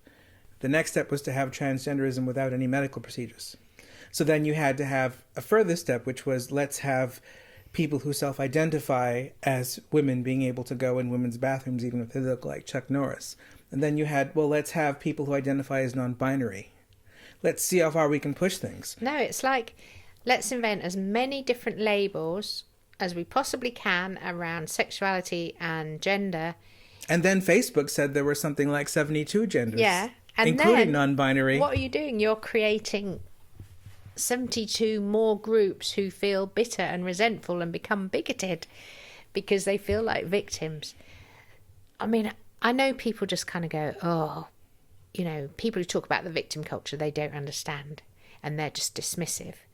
But for fuck's sake, really, the victims are being created all over the place by labels that are arbitrary. Well, it's very nasty the way that it operates.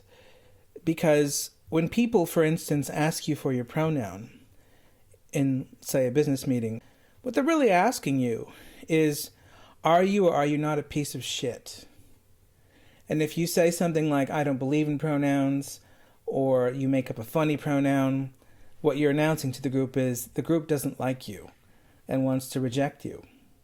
And no, it means you're not using the right social etiquette, and you're oppressing people who do need. So the etiquette is to behave as though you believe in things you don't, because it's more important that you don't oppress a group of people than for you to say what you think. But that in group, itself is a kind of oppression. But that group of people can oppress you by attacking you in ways which are arbitrary and unfair, because they would say, oh, if you won't use the right pronouns, you must be a transphobe. And transphobe is basically like Nazi.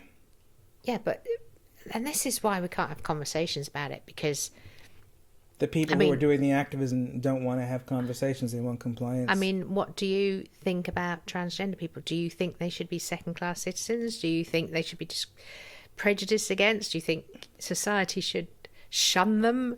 This is a really difficult question for me to answer, to be honest, because on an individual level, I have no problem with a trans person called being a trans person. So if someone wants to call themselves Alice, if they were born Alex, and dress like a woman, I don't have a problem with them, and I don't want them to be denied housing or arbitrarily discriminated against in a job because of that. But on the other hand, their ideology does demand the relinquishing of my rights and other people's rights, and it does endanger children, and it does endanger anyone who might feel regretful after having had hormone therapy or surgery of this kind. And it endangers the right of a democracy to have a gender binary in certain spaces, like a bathroom or a sports division between men and women. It's taking away everyone else's rights in the name of the psychic stability of a tiny population. And I think that if a tiny population is demanding that everyone else's rights be taken away in ways that have such detrimental effects on not just the culture, but the psychic health of everyone else, they're demanding too much. And they are actually doing something like oppression. What would you think the solution to this paradox would be? We have to come up with a definition of trans that will probably anger many trans people, which is to say, transgenderism of the sort that demands and justifiably gets legal protections is something like permanent transvesticism. But it can't be what it's defined as now, which is the belief that your sex is relative to what you say it is, and anyone who says otherwise needs to be punished. That's not going to work, and it doesn't work, and it's already causing a huge backlash. And the backlash is being met with things that are in their own right quite repressive and horrible. Why do you think people are so passionate about this subject? What do they emotionally invest in the fact that they don't want transgender people to have any beliefs or ideas rejected? Otherwise, it's this kind of thing like, this is their truth. We have to accept their truth, their beliefs, because they're transgender and they're oppressed. Yeah, I think a lot of this comes out of, unfortunately, a lot of bad ideas that came out of gay rights. And that's a difficult, terrifying thing to even think about, because I like gay rights. I've never been against gay marriage. And I used to hate homophobes growing up. And I don't want to become one in any sense, but I do think that gay rights kind of gave people the impression that if you were a minority who had a sexuality that was different from the majority owed you acceptance and validation unconditionally. And you didn't have to make a case that actually your sexuality was benign and capable of being assimilated into society. And it was actually anyone who questioned you who should be given a bollocking, rather than, no, it was your job to make a case that homosexuality was benign. And I think in many periods of time, society didn't know it was benign because it was associated with a lot of sexual promiscuity. It was associated with pornography shops in the 70s. Anti-religion. And also queer literature that was sort of pedophilic. And also, the Bible said it was wrong. Well, if you're doing anything that's really different and potentially damaging to society, you have to make a case. You have to win the argument that actually it's not damaging. And gay people did. But I think one of the casualties of good thinking that happened as a result of gay rights is this idea that, no, you don't have to win the argument. That if your sexuality is different from the majority, that just means, by definition, the majority owes you rights, validation, and acceptance, and anybody who does otherwise needs to be punished and having, an argument where they get insulted or something along those lines. And I disagree with that. I think anything, even if it turns out in the future that incest between consenting adults turns out to be benign, and those people can live in society without having children, and they can be just as good a citizen as anybody else, even if that's true, they have an argument to make. They have to win the argument first. And what I don't like about trans politics and about gay politics, too, is they seem to be presupposing that if you are different, you don't have to win an argument. You don't have to show that you're safe. It's everybody else who should just know that you're safe, and if they don't, they need to be punished. And it's almost like an inverse kind of oppression. It's like, rather than being unjustly stigmatized and stereotyped as something that you're not and punished for it because you're an outsider, you get all of that same treatment if you're someone from the inside who wants to know that something from the outside is safe. Yeah, interesting. So for gay rights, for instance, the implication of what I'm saying is, I'm in favor of gay marriage because it happened at a time when most people figured out, for good reason, that being gay was exactly the same as being straight, or it was the same enough for there to be no significant social harms. But I would not expect gay rights to have been legal in the 20s, because people didn't know that in the 20s. And they were very, very influenced by religion as opposed to humanism, if you like. But and and today I wouldn't be angry at someone who opposed gay marriage. I would try and convince them that gay marriage was good. I would say, we go back to the initial conversation. Gay people were underground. Mm-hmm. They had to hide being gay because they really were discriminated against and beaten up and called disgusting, and that's still going on in a lot of countries in the world. Yeah, feeling like you can't be yourself feels horrible. Yeah, and they were, really badly discriminated against, and how they became normalized was to say, right, we're not going to hide anymore. Mm-hmm. And they became more visible, and gradually they assimilated into society, characters on soap operas, all the rest of it. Mm-hmm. So it was kind of like normalizing it. But it does take time. And now it's there are so many characters in soaps who are gay. There is like the biggest TV program is RuPaul's Drag Race. Mm-hmm. There's like lots and lots of gay presenters who are beloved.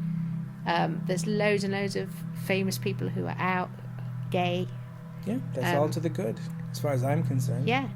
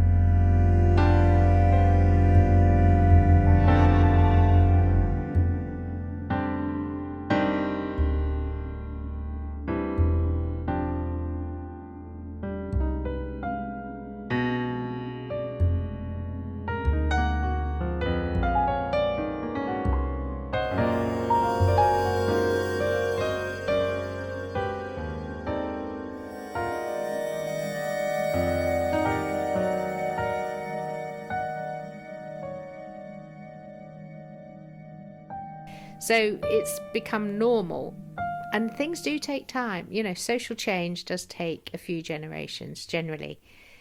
The difference I see, and I don't know what you think about this, is that with gay rights, and we're going back to feminism a bit here, with gay rights and women's rights, initially it was about liberation, and it was about solidarity, and it was about people wanting to be liberated from certain roles and expectations. Right. So it was about freedom. Mm-hmm. Do you think that transgender or feminism today, transgender politics or feminism today, is about solidarity and freedom? Well, it's freedom for the individual against the collective and freedom of the minority group against the individual. That's the social hierarchy of it. So what comes at the very bottom is the collective. Because the collective comes at the bottom, that means democracy also comes at the bottom. And that's why I don't like a lot of human rights talk, whether it's about gay people or about trans people, because human rights are all about wanting to put limits on what a democracy can do to protect people who have demands that they make on the democracy. Now, sometimes I happen to agree with those demands. But whether I agree with him or whether I don't agree with him, I don't think that there's a certain set of laws that are so important for a society to adhere to that the rest of the population has to be prevented from having a say about them.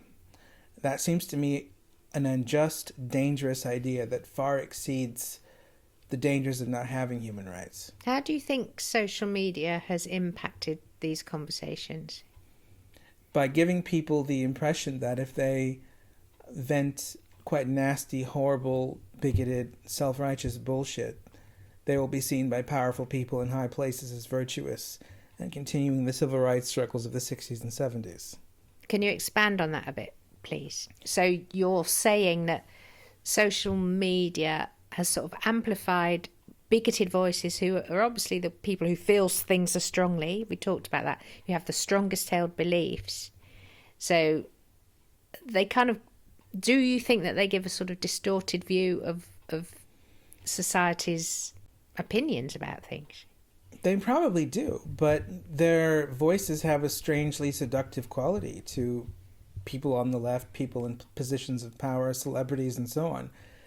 Where if somebody who is a white person goes on social media and starts making all sorts of generalizations about how people of color don't take responsibility and they're lazy and they stink, people will either call that person a troll or condemn that person in a political way, where they're seen as something more than just a troll, more dangerous than a troll. And that would you say that was a right thing to do?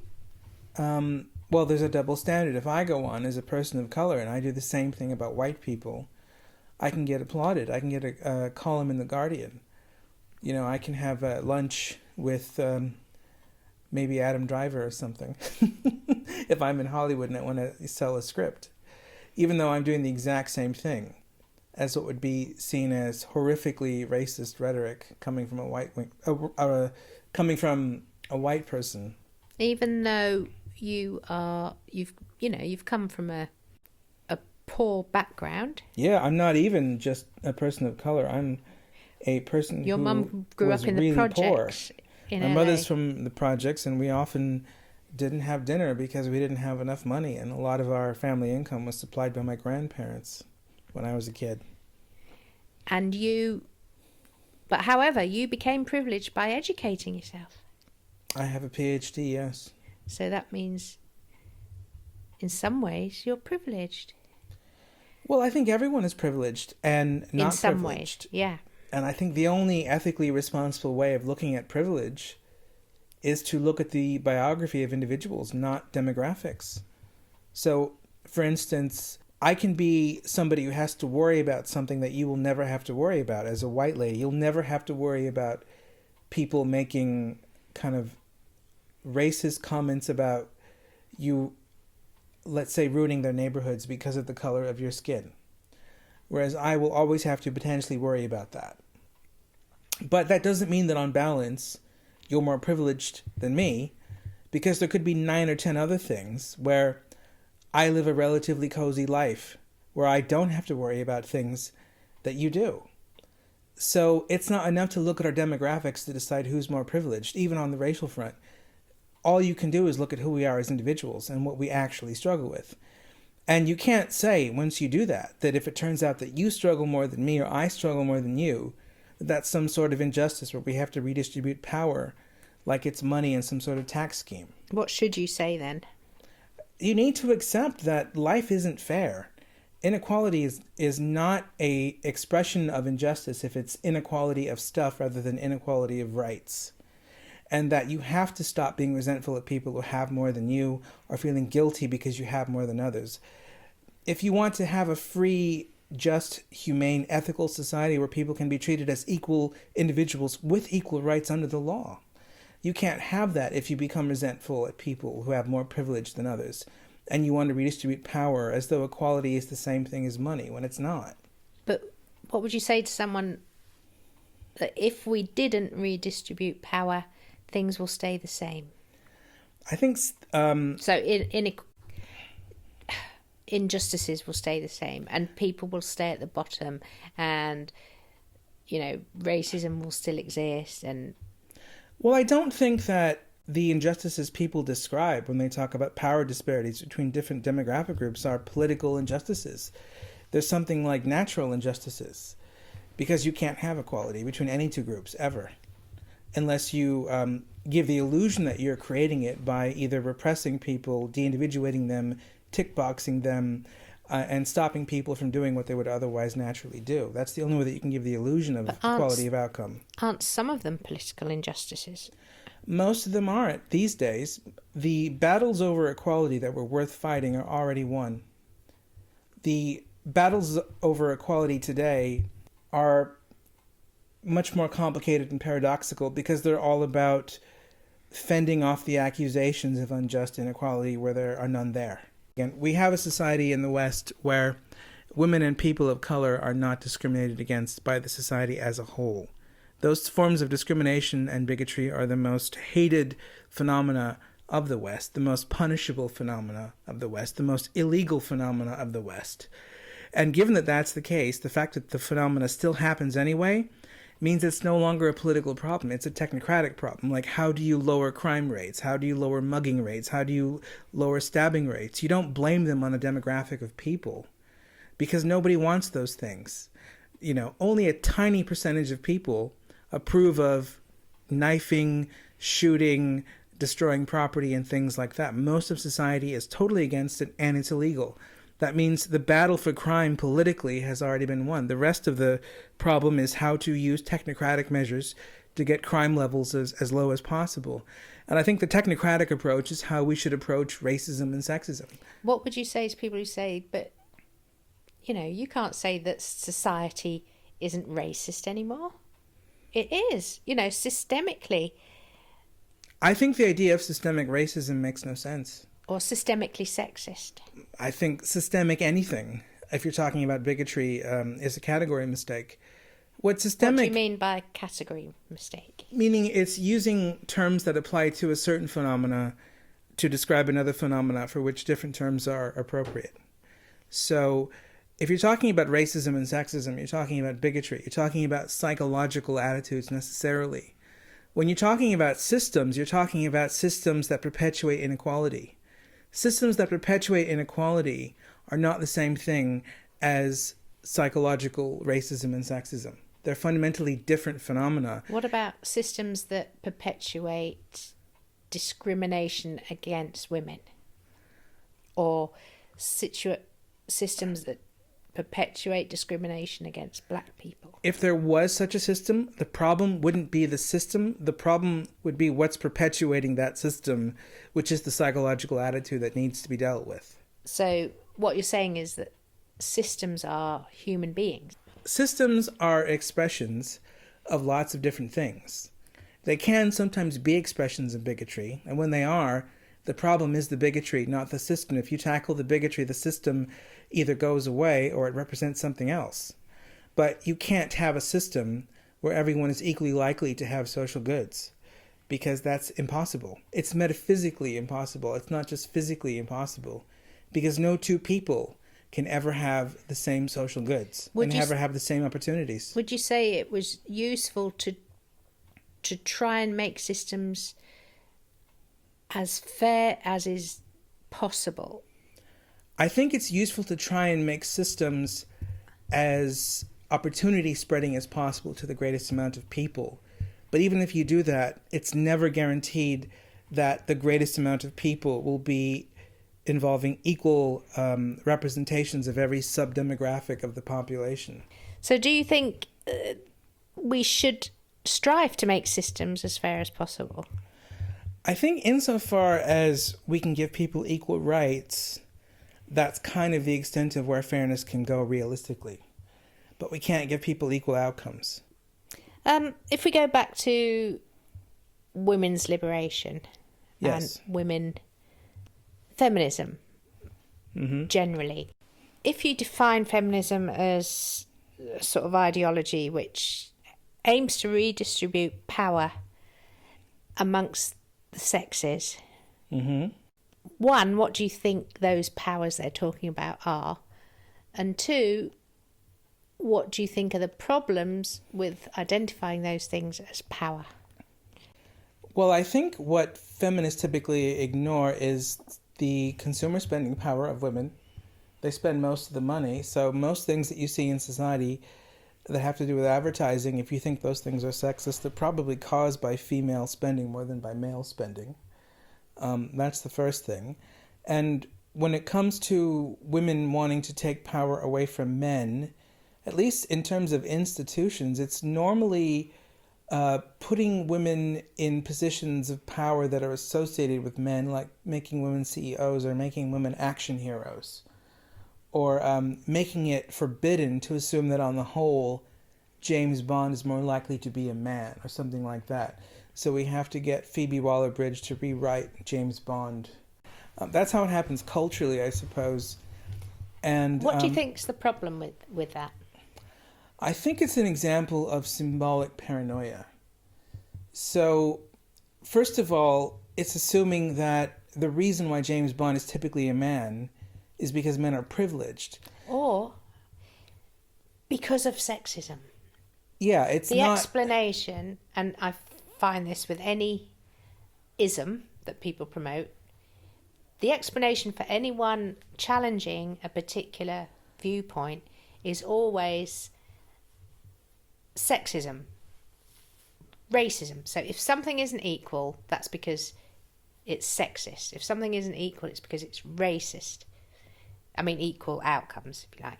If something... Or equal representation. ...isn't equally represented for transgenderism, that's because of trans people are transphobes. So, but there are millions of other explanations, which is what we were talking about in the first part, for why things are as they are. Well, in the case of James Bond, the reason why James Bond is more likely to be male is because men are not privileged. It's because men are more willing to take on the responsibility of protecting their community and taking on the burden of being the recipient of violence compared to women historically. That's why a superhero is going to be somebody who does that quite effectively and takes on a high level of risk of being obliterated physically. And you will more likely than not see that hero as male. Now, it's sexist, I suppose, to say that a James Bond figure couldn't be female, but it's not sexist to assume in that sort of society you are more likely to see James Bond be male than female because people are spending money on the basis of social norms that are reflecting actual realities of what men and women are really like on the whole. And those realities, in the case of James Bond, are not examples of male privilege. They're actually examples of male disposability. Well, also male biology, they are stronger on the whole. Yeah. Not all men are stronger than all women, but on the whole, testosterone and, body strength differentiate the two sexes. Yeah. Along with other things. And that has macro effects for populations. Like, women are more likely to be in the caring professions. Men are more likely to be in, theoretical physics and things like that.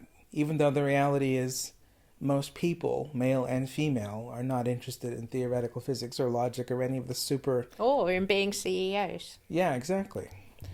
And one of the things I wanted to ask you about is the way that we value certain roles and certain goals in our society. So I've noticed within gender conversations, it's seen as more desirable. The most important thing in our capitalist society is being the top earner, because money is power, even though in other instances the paradox is they say money isn't power, it's sex and gender and no, it's equality. Race. It's equality, yeah. But it seems like it's like, women are discriminated against because they are not the top earners. Now, being a top earner doesn't necessarily mean you spend that money. If you're married, it could be your wife that spends most of that money, who doesn't have to be on call 24/7 and have a really high stress job. So although your wife might not be working and earning as much money as you, that doesn't mean she doesn't have access to that income. But that's neither here nor there. I think the striving or the value judgment that's being made is that the thing that you should have most in the world is money, and if you don't have equal amounts of money as men or earn equal amounts as men, which incidentally, if you're under 35, women earn more than men pre having children, it's kind of seen as discrimination.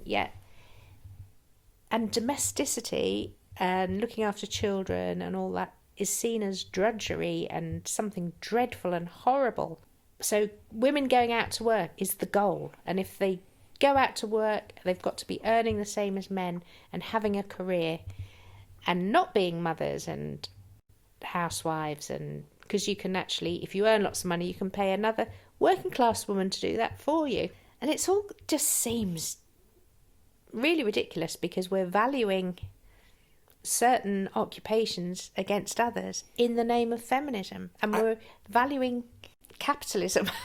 Well, I think, as with a lot of identity politics, the reason why it doesn't make a lot of sense, or it seems to be moving in a reactionary direction despite being so superficially progressive, is it's not really aware of its own unconscious. No, it's not aware of its own paradox. And its unconscious is about being angry that another group has more than our group and wanting to take stuff away from them, and sort of not caring what we have to value. It is very bitter, isn't it? In order to be able to do the taking away.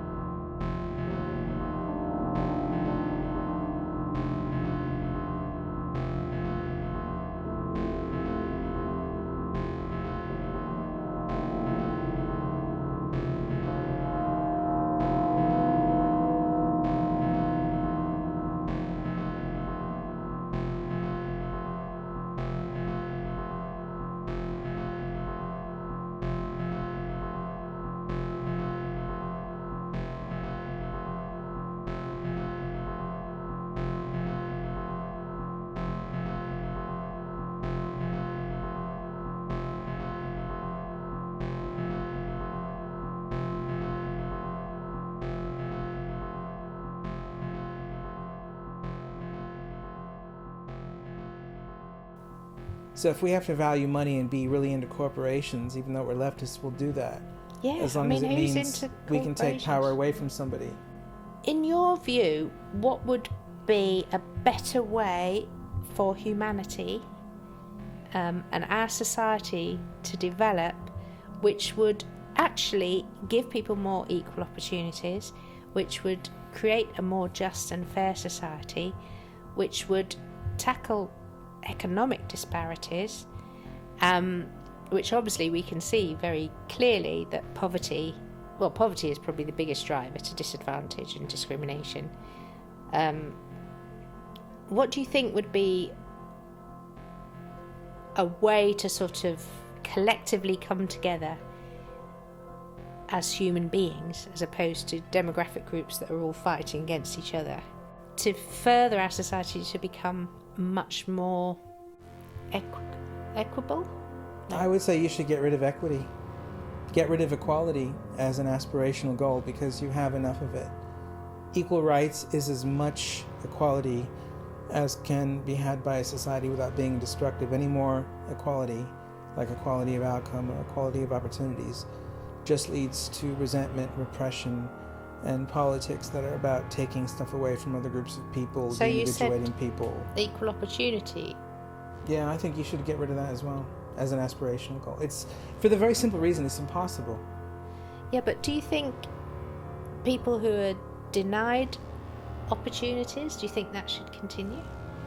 Well, I think everyone is denied a unique set of opportunities, even a rich person. You know, there are opportunities that I was denied that my brother had. There were opportunities that he had that I've been denied. Everyone has a unique set of opportunities. And the best way to deal with a society where you're talking about the collective and not the individual is to give opportunities to the greatest amount of people possible, but don't worry where they land, because they'll never land in places that are fair. But they will land in the most amount of places if you keep spreading them, and that will eventually make the landings more fair. The opportunities that you have for people today in a capitalist society are much more fair than they would have been in 1900, just because there are more of them. But they'll never be totally fair, and we have to get rid of the pipe dream that they ever could be, or else we will be descending into resentment, bigotry, and repression, which is what I think polite society is going in the direction of at the moment. So, yeah, and if you are always sort of getting demographic groups fighting amongst each other about who's the most oppressed, and how we should redistribute power, you kind of negate any form of solidarity, because it's like, you know, how can women have solidarity with poor men when men oppress women? Well, what you get is a strange sort of subservience relationship in feminism. So you get women sort of complaining about men, and all these TV programs about how we need to be more tolerant of women and never criticize women for making decisions that women themselves often have problems with, like being a slut, for instance. But Hold on, I'm not going to let you stop there. Okay. What do you mean? Women have problems with like being a slut. What do you mean? Everybody knows most of the slut shaming that happens is done by women. About other women. It's not normally a man that goes, "Oh, what a fucking slag." It's normally a woman. Oh, they do. Men do as well. Not to the same extent, because men get pleasure from slags. Women do not, generally. And that's why there's a difference, right? But the feminist ideology has to pretend that it's mostly men that have a problem with slags. It's not women, when it's the other way around. No, men label women slags, and it's hypocritical because men who are slags are called studs and they have more kudos. But I don't think they're even called studs anymore. They're potentially men who play women and hurt a lot of women. That's the sort of reputation that men who bet a lot of women have now. And one of the things I find difficult is that within this sort of discourse, women are angels and men are devils. Mm-hmm. And it sort of goes back to that little poem that I grew up with, what a little girl's made of. What a little girl's made of. Sugar, spice and all things nice. That's what little girls are made of. What a little boy's made of. What a little boy's made of. Dogs and... No, what is it? Bugs and snails and puppy dogs' tails or something. So it's like... I don't know. Girls are nice. Boys are naughty. It's the adult version of that being passed off as progressive politics. Yeah. But also it's like... well, there is an element, men and women are different. So if you look at sort of teenagehood and sexuality and stuff like that, male sexuality, testosterone, the way men get off on sex, what their sex drives are different on the whole. And they think about sex more than women. And, I don't like to go back to base brain, but it's kind of remarkable that in this day and age, men have fought so hard to not behave on their animal instincts, whereas perhaps 200 years ago, they would more behave on their animal instincts. Well, what have they done over the last 200 years? They've brought women into the workplace. They've worked hard to give women all the same rights as men. They've tried very hard to make women feel good about themselves. In partnership with women. They haven't done it for women. Yeah. I think some of them in positions of power in the past did it for women because men have always wanted the approval of women. That's something that feminism totally misses out in its diagnosis of history. Men, on the whole, were never as keen on dominating women as they were wanting to be fancied by women. And eventually loved by women. That's what men want from women most of all, and have always wanted from women most of all, was love and affection and adoration. You wouldn't think that today. No, you wouldn't. You'd think that men just want to take advantage of women and exploit them. And in fact, like you say, if you talk to individual men, what they most want is to fall in love and settle down and have a wife or a partner.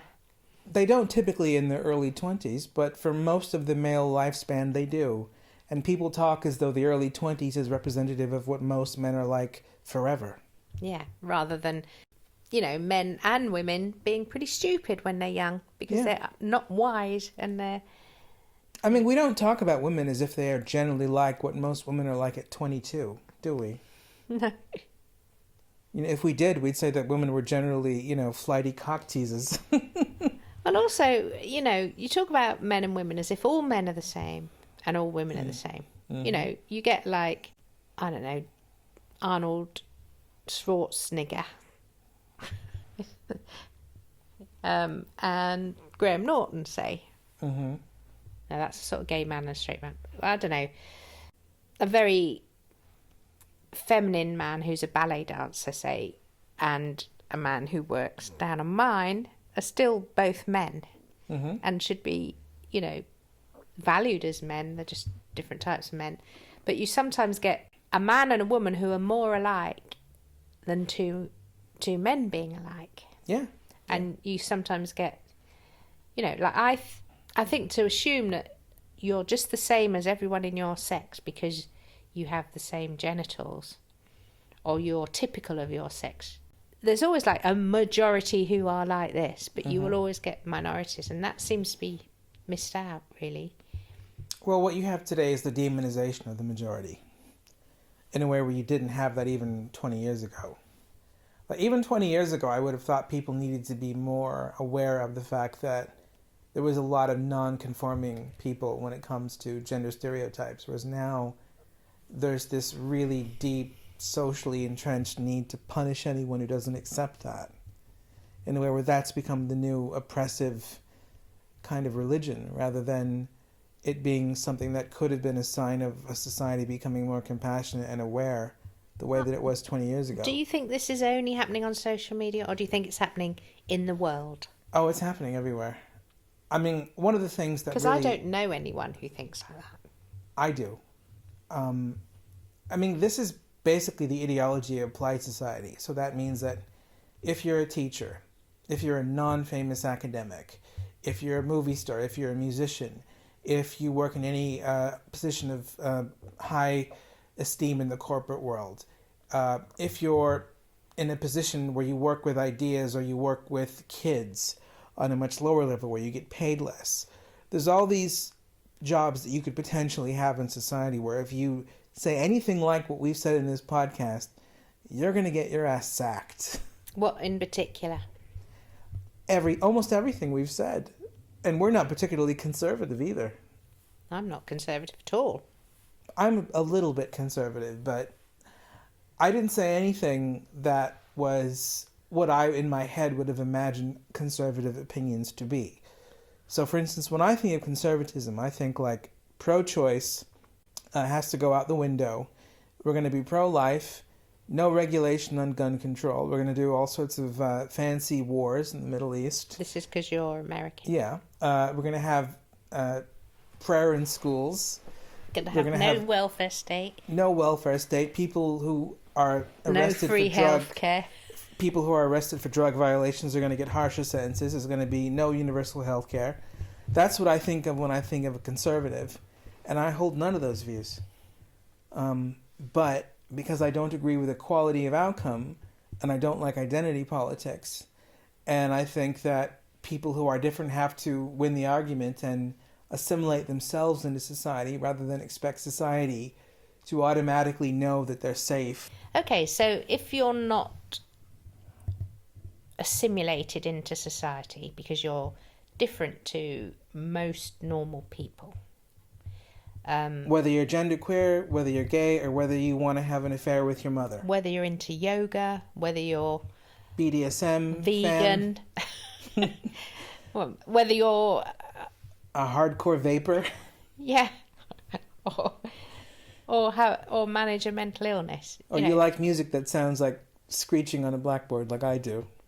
We both, we as a society do have I would say any decent human being would have the motivation to try and understand people that they don't understand. They should have that curiosity, so it should be two-way. It's not like up to people to always say, hello, I'm here and you need to accept me and this is why.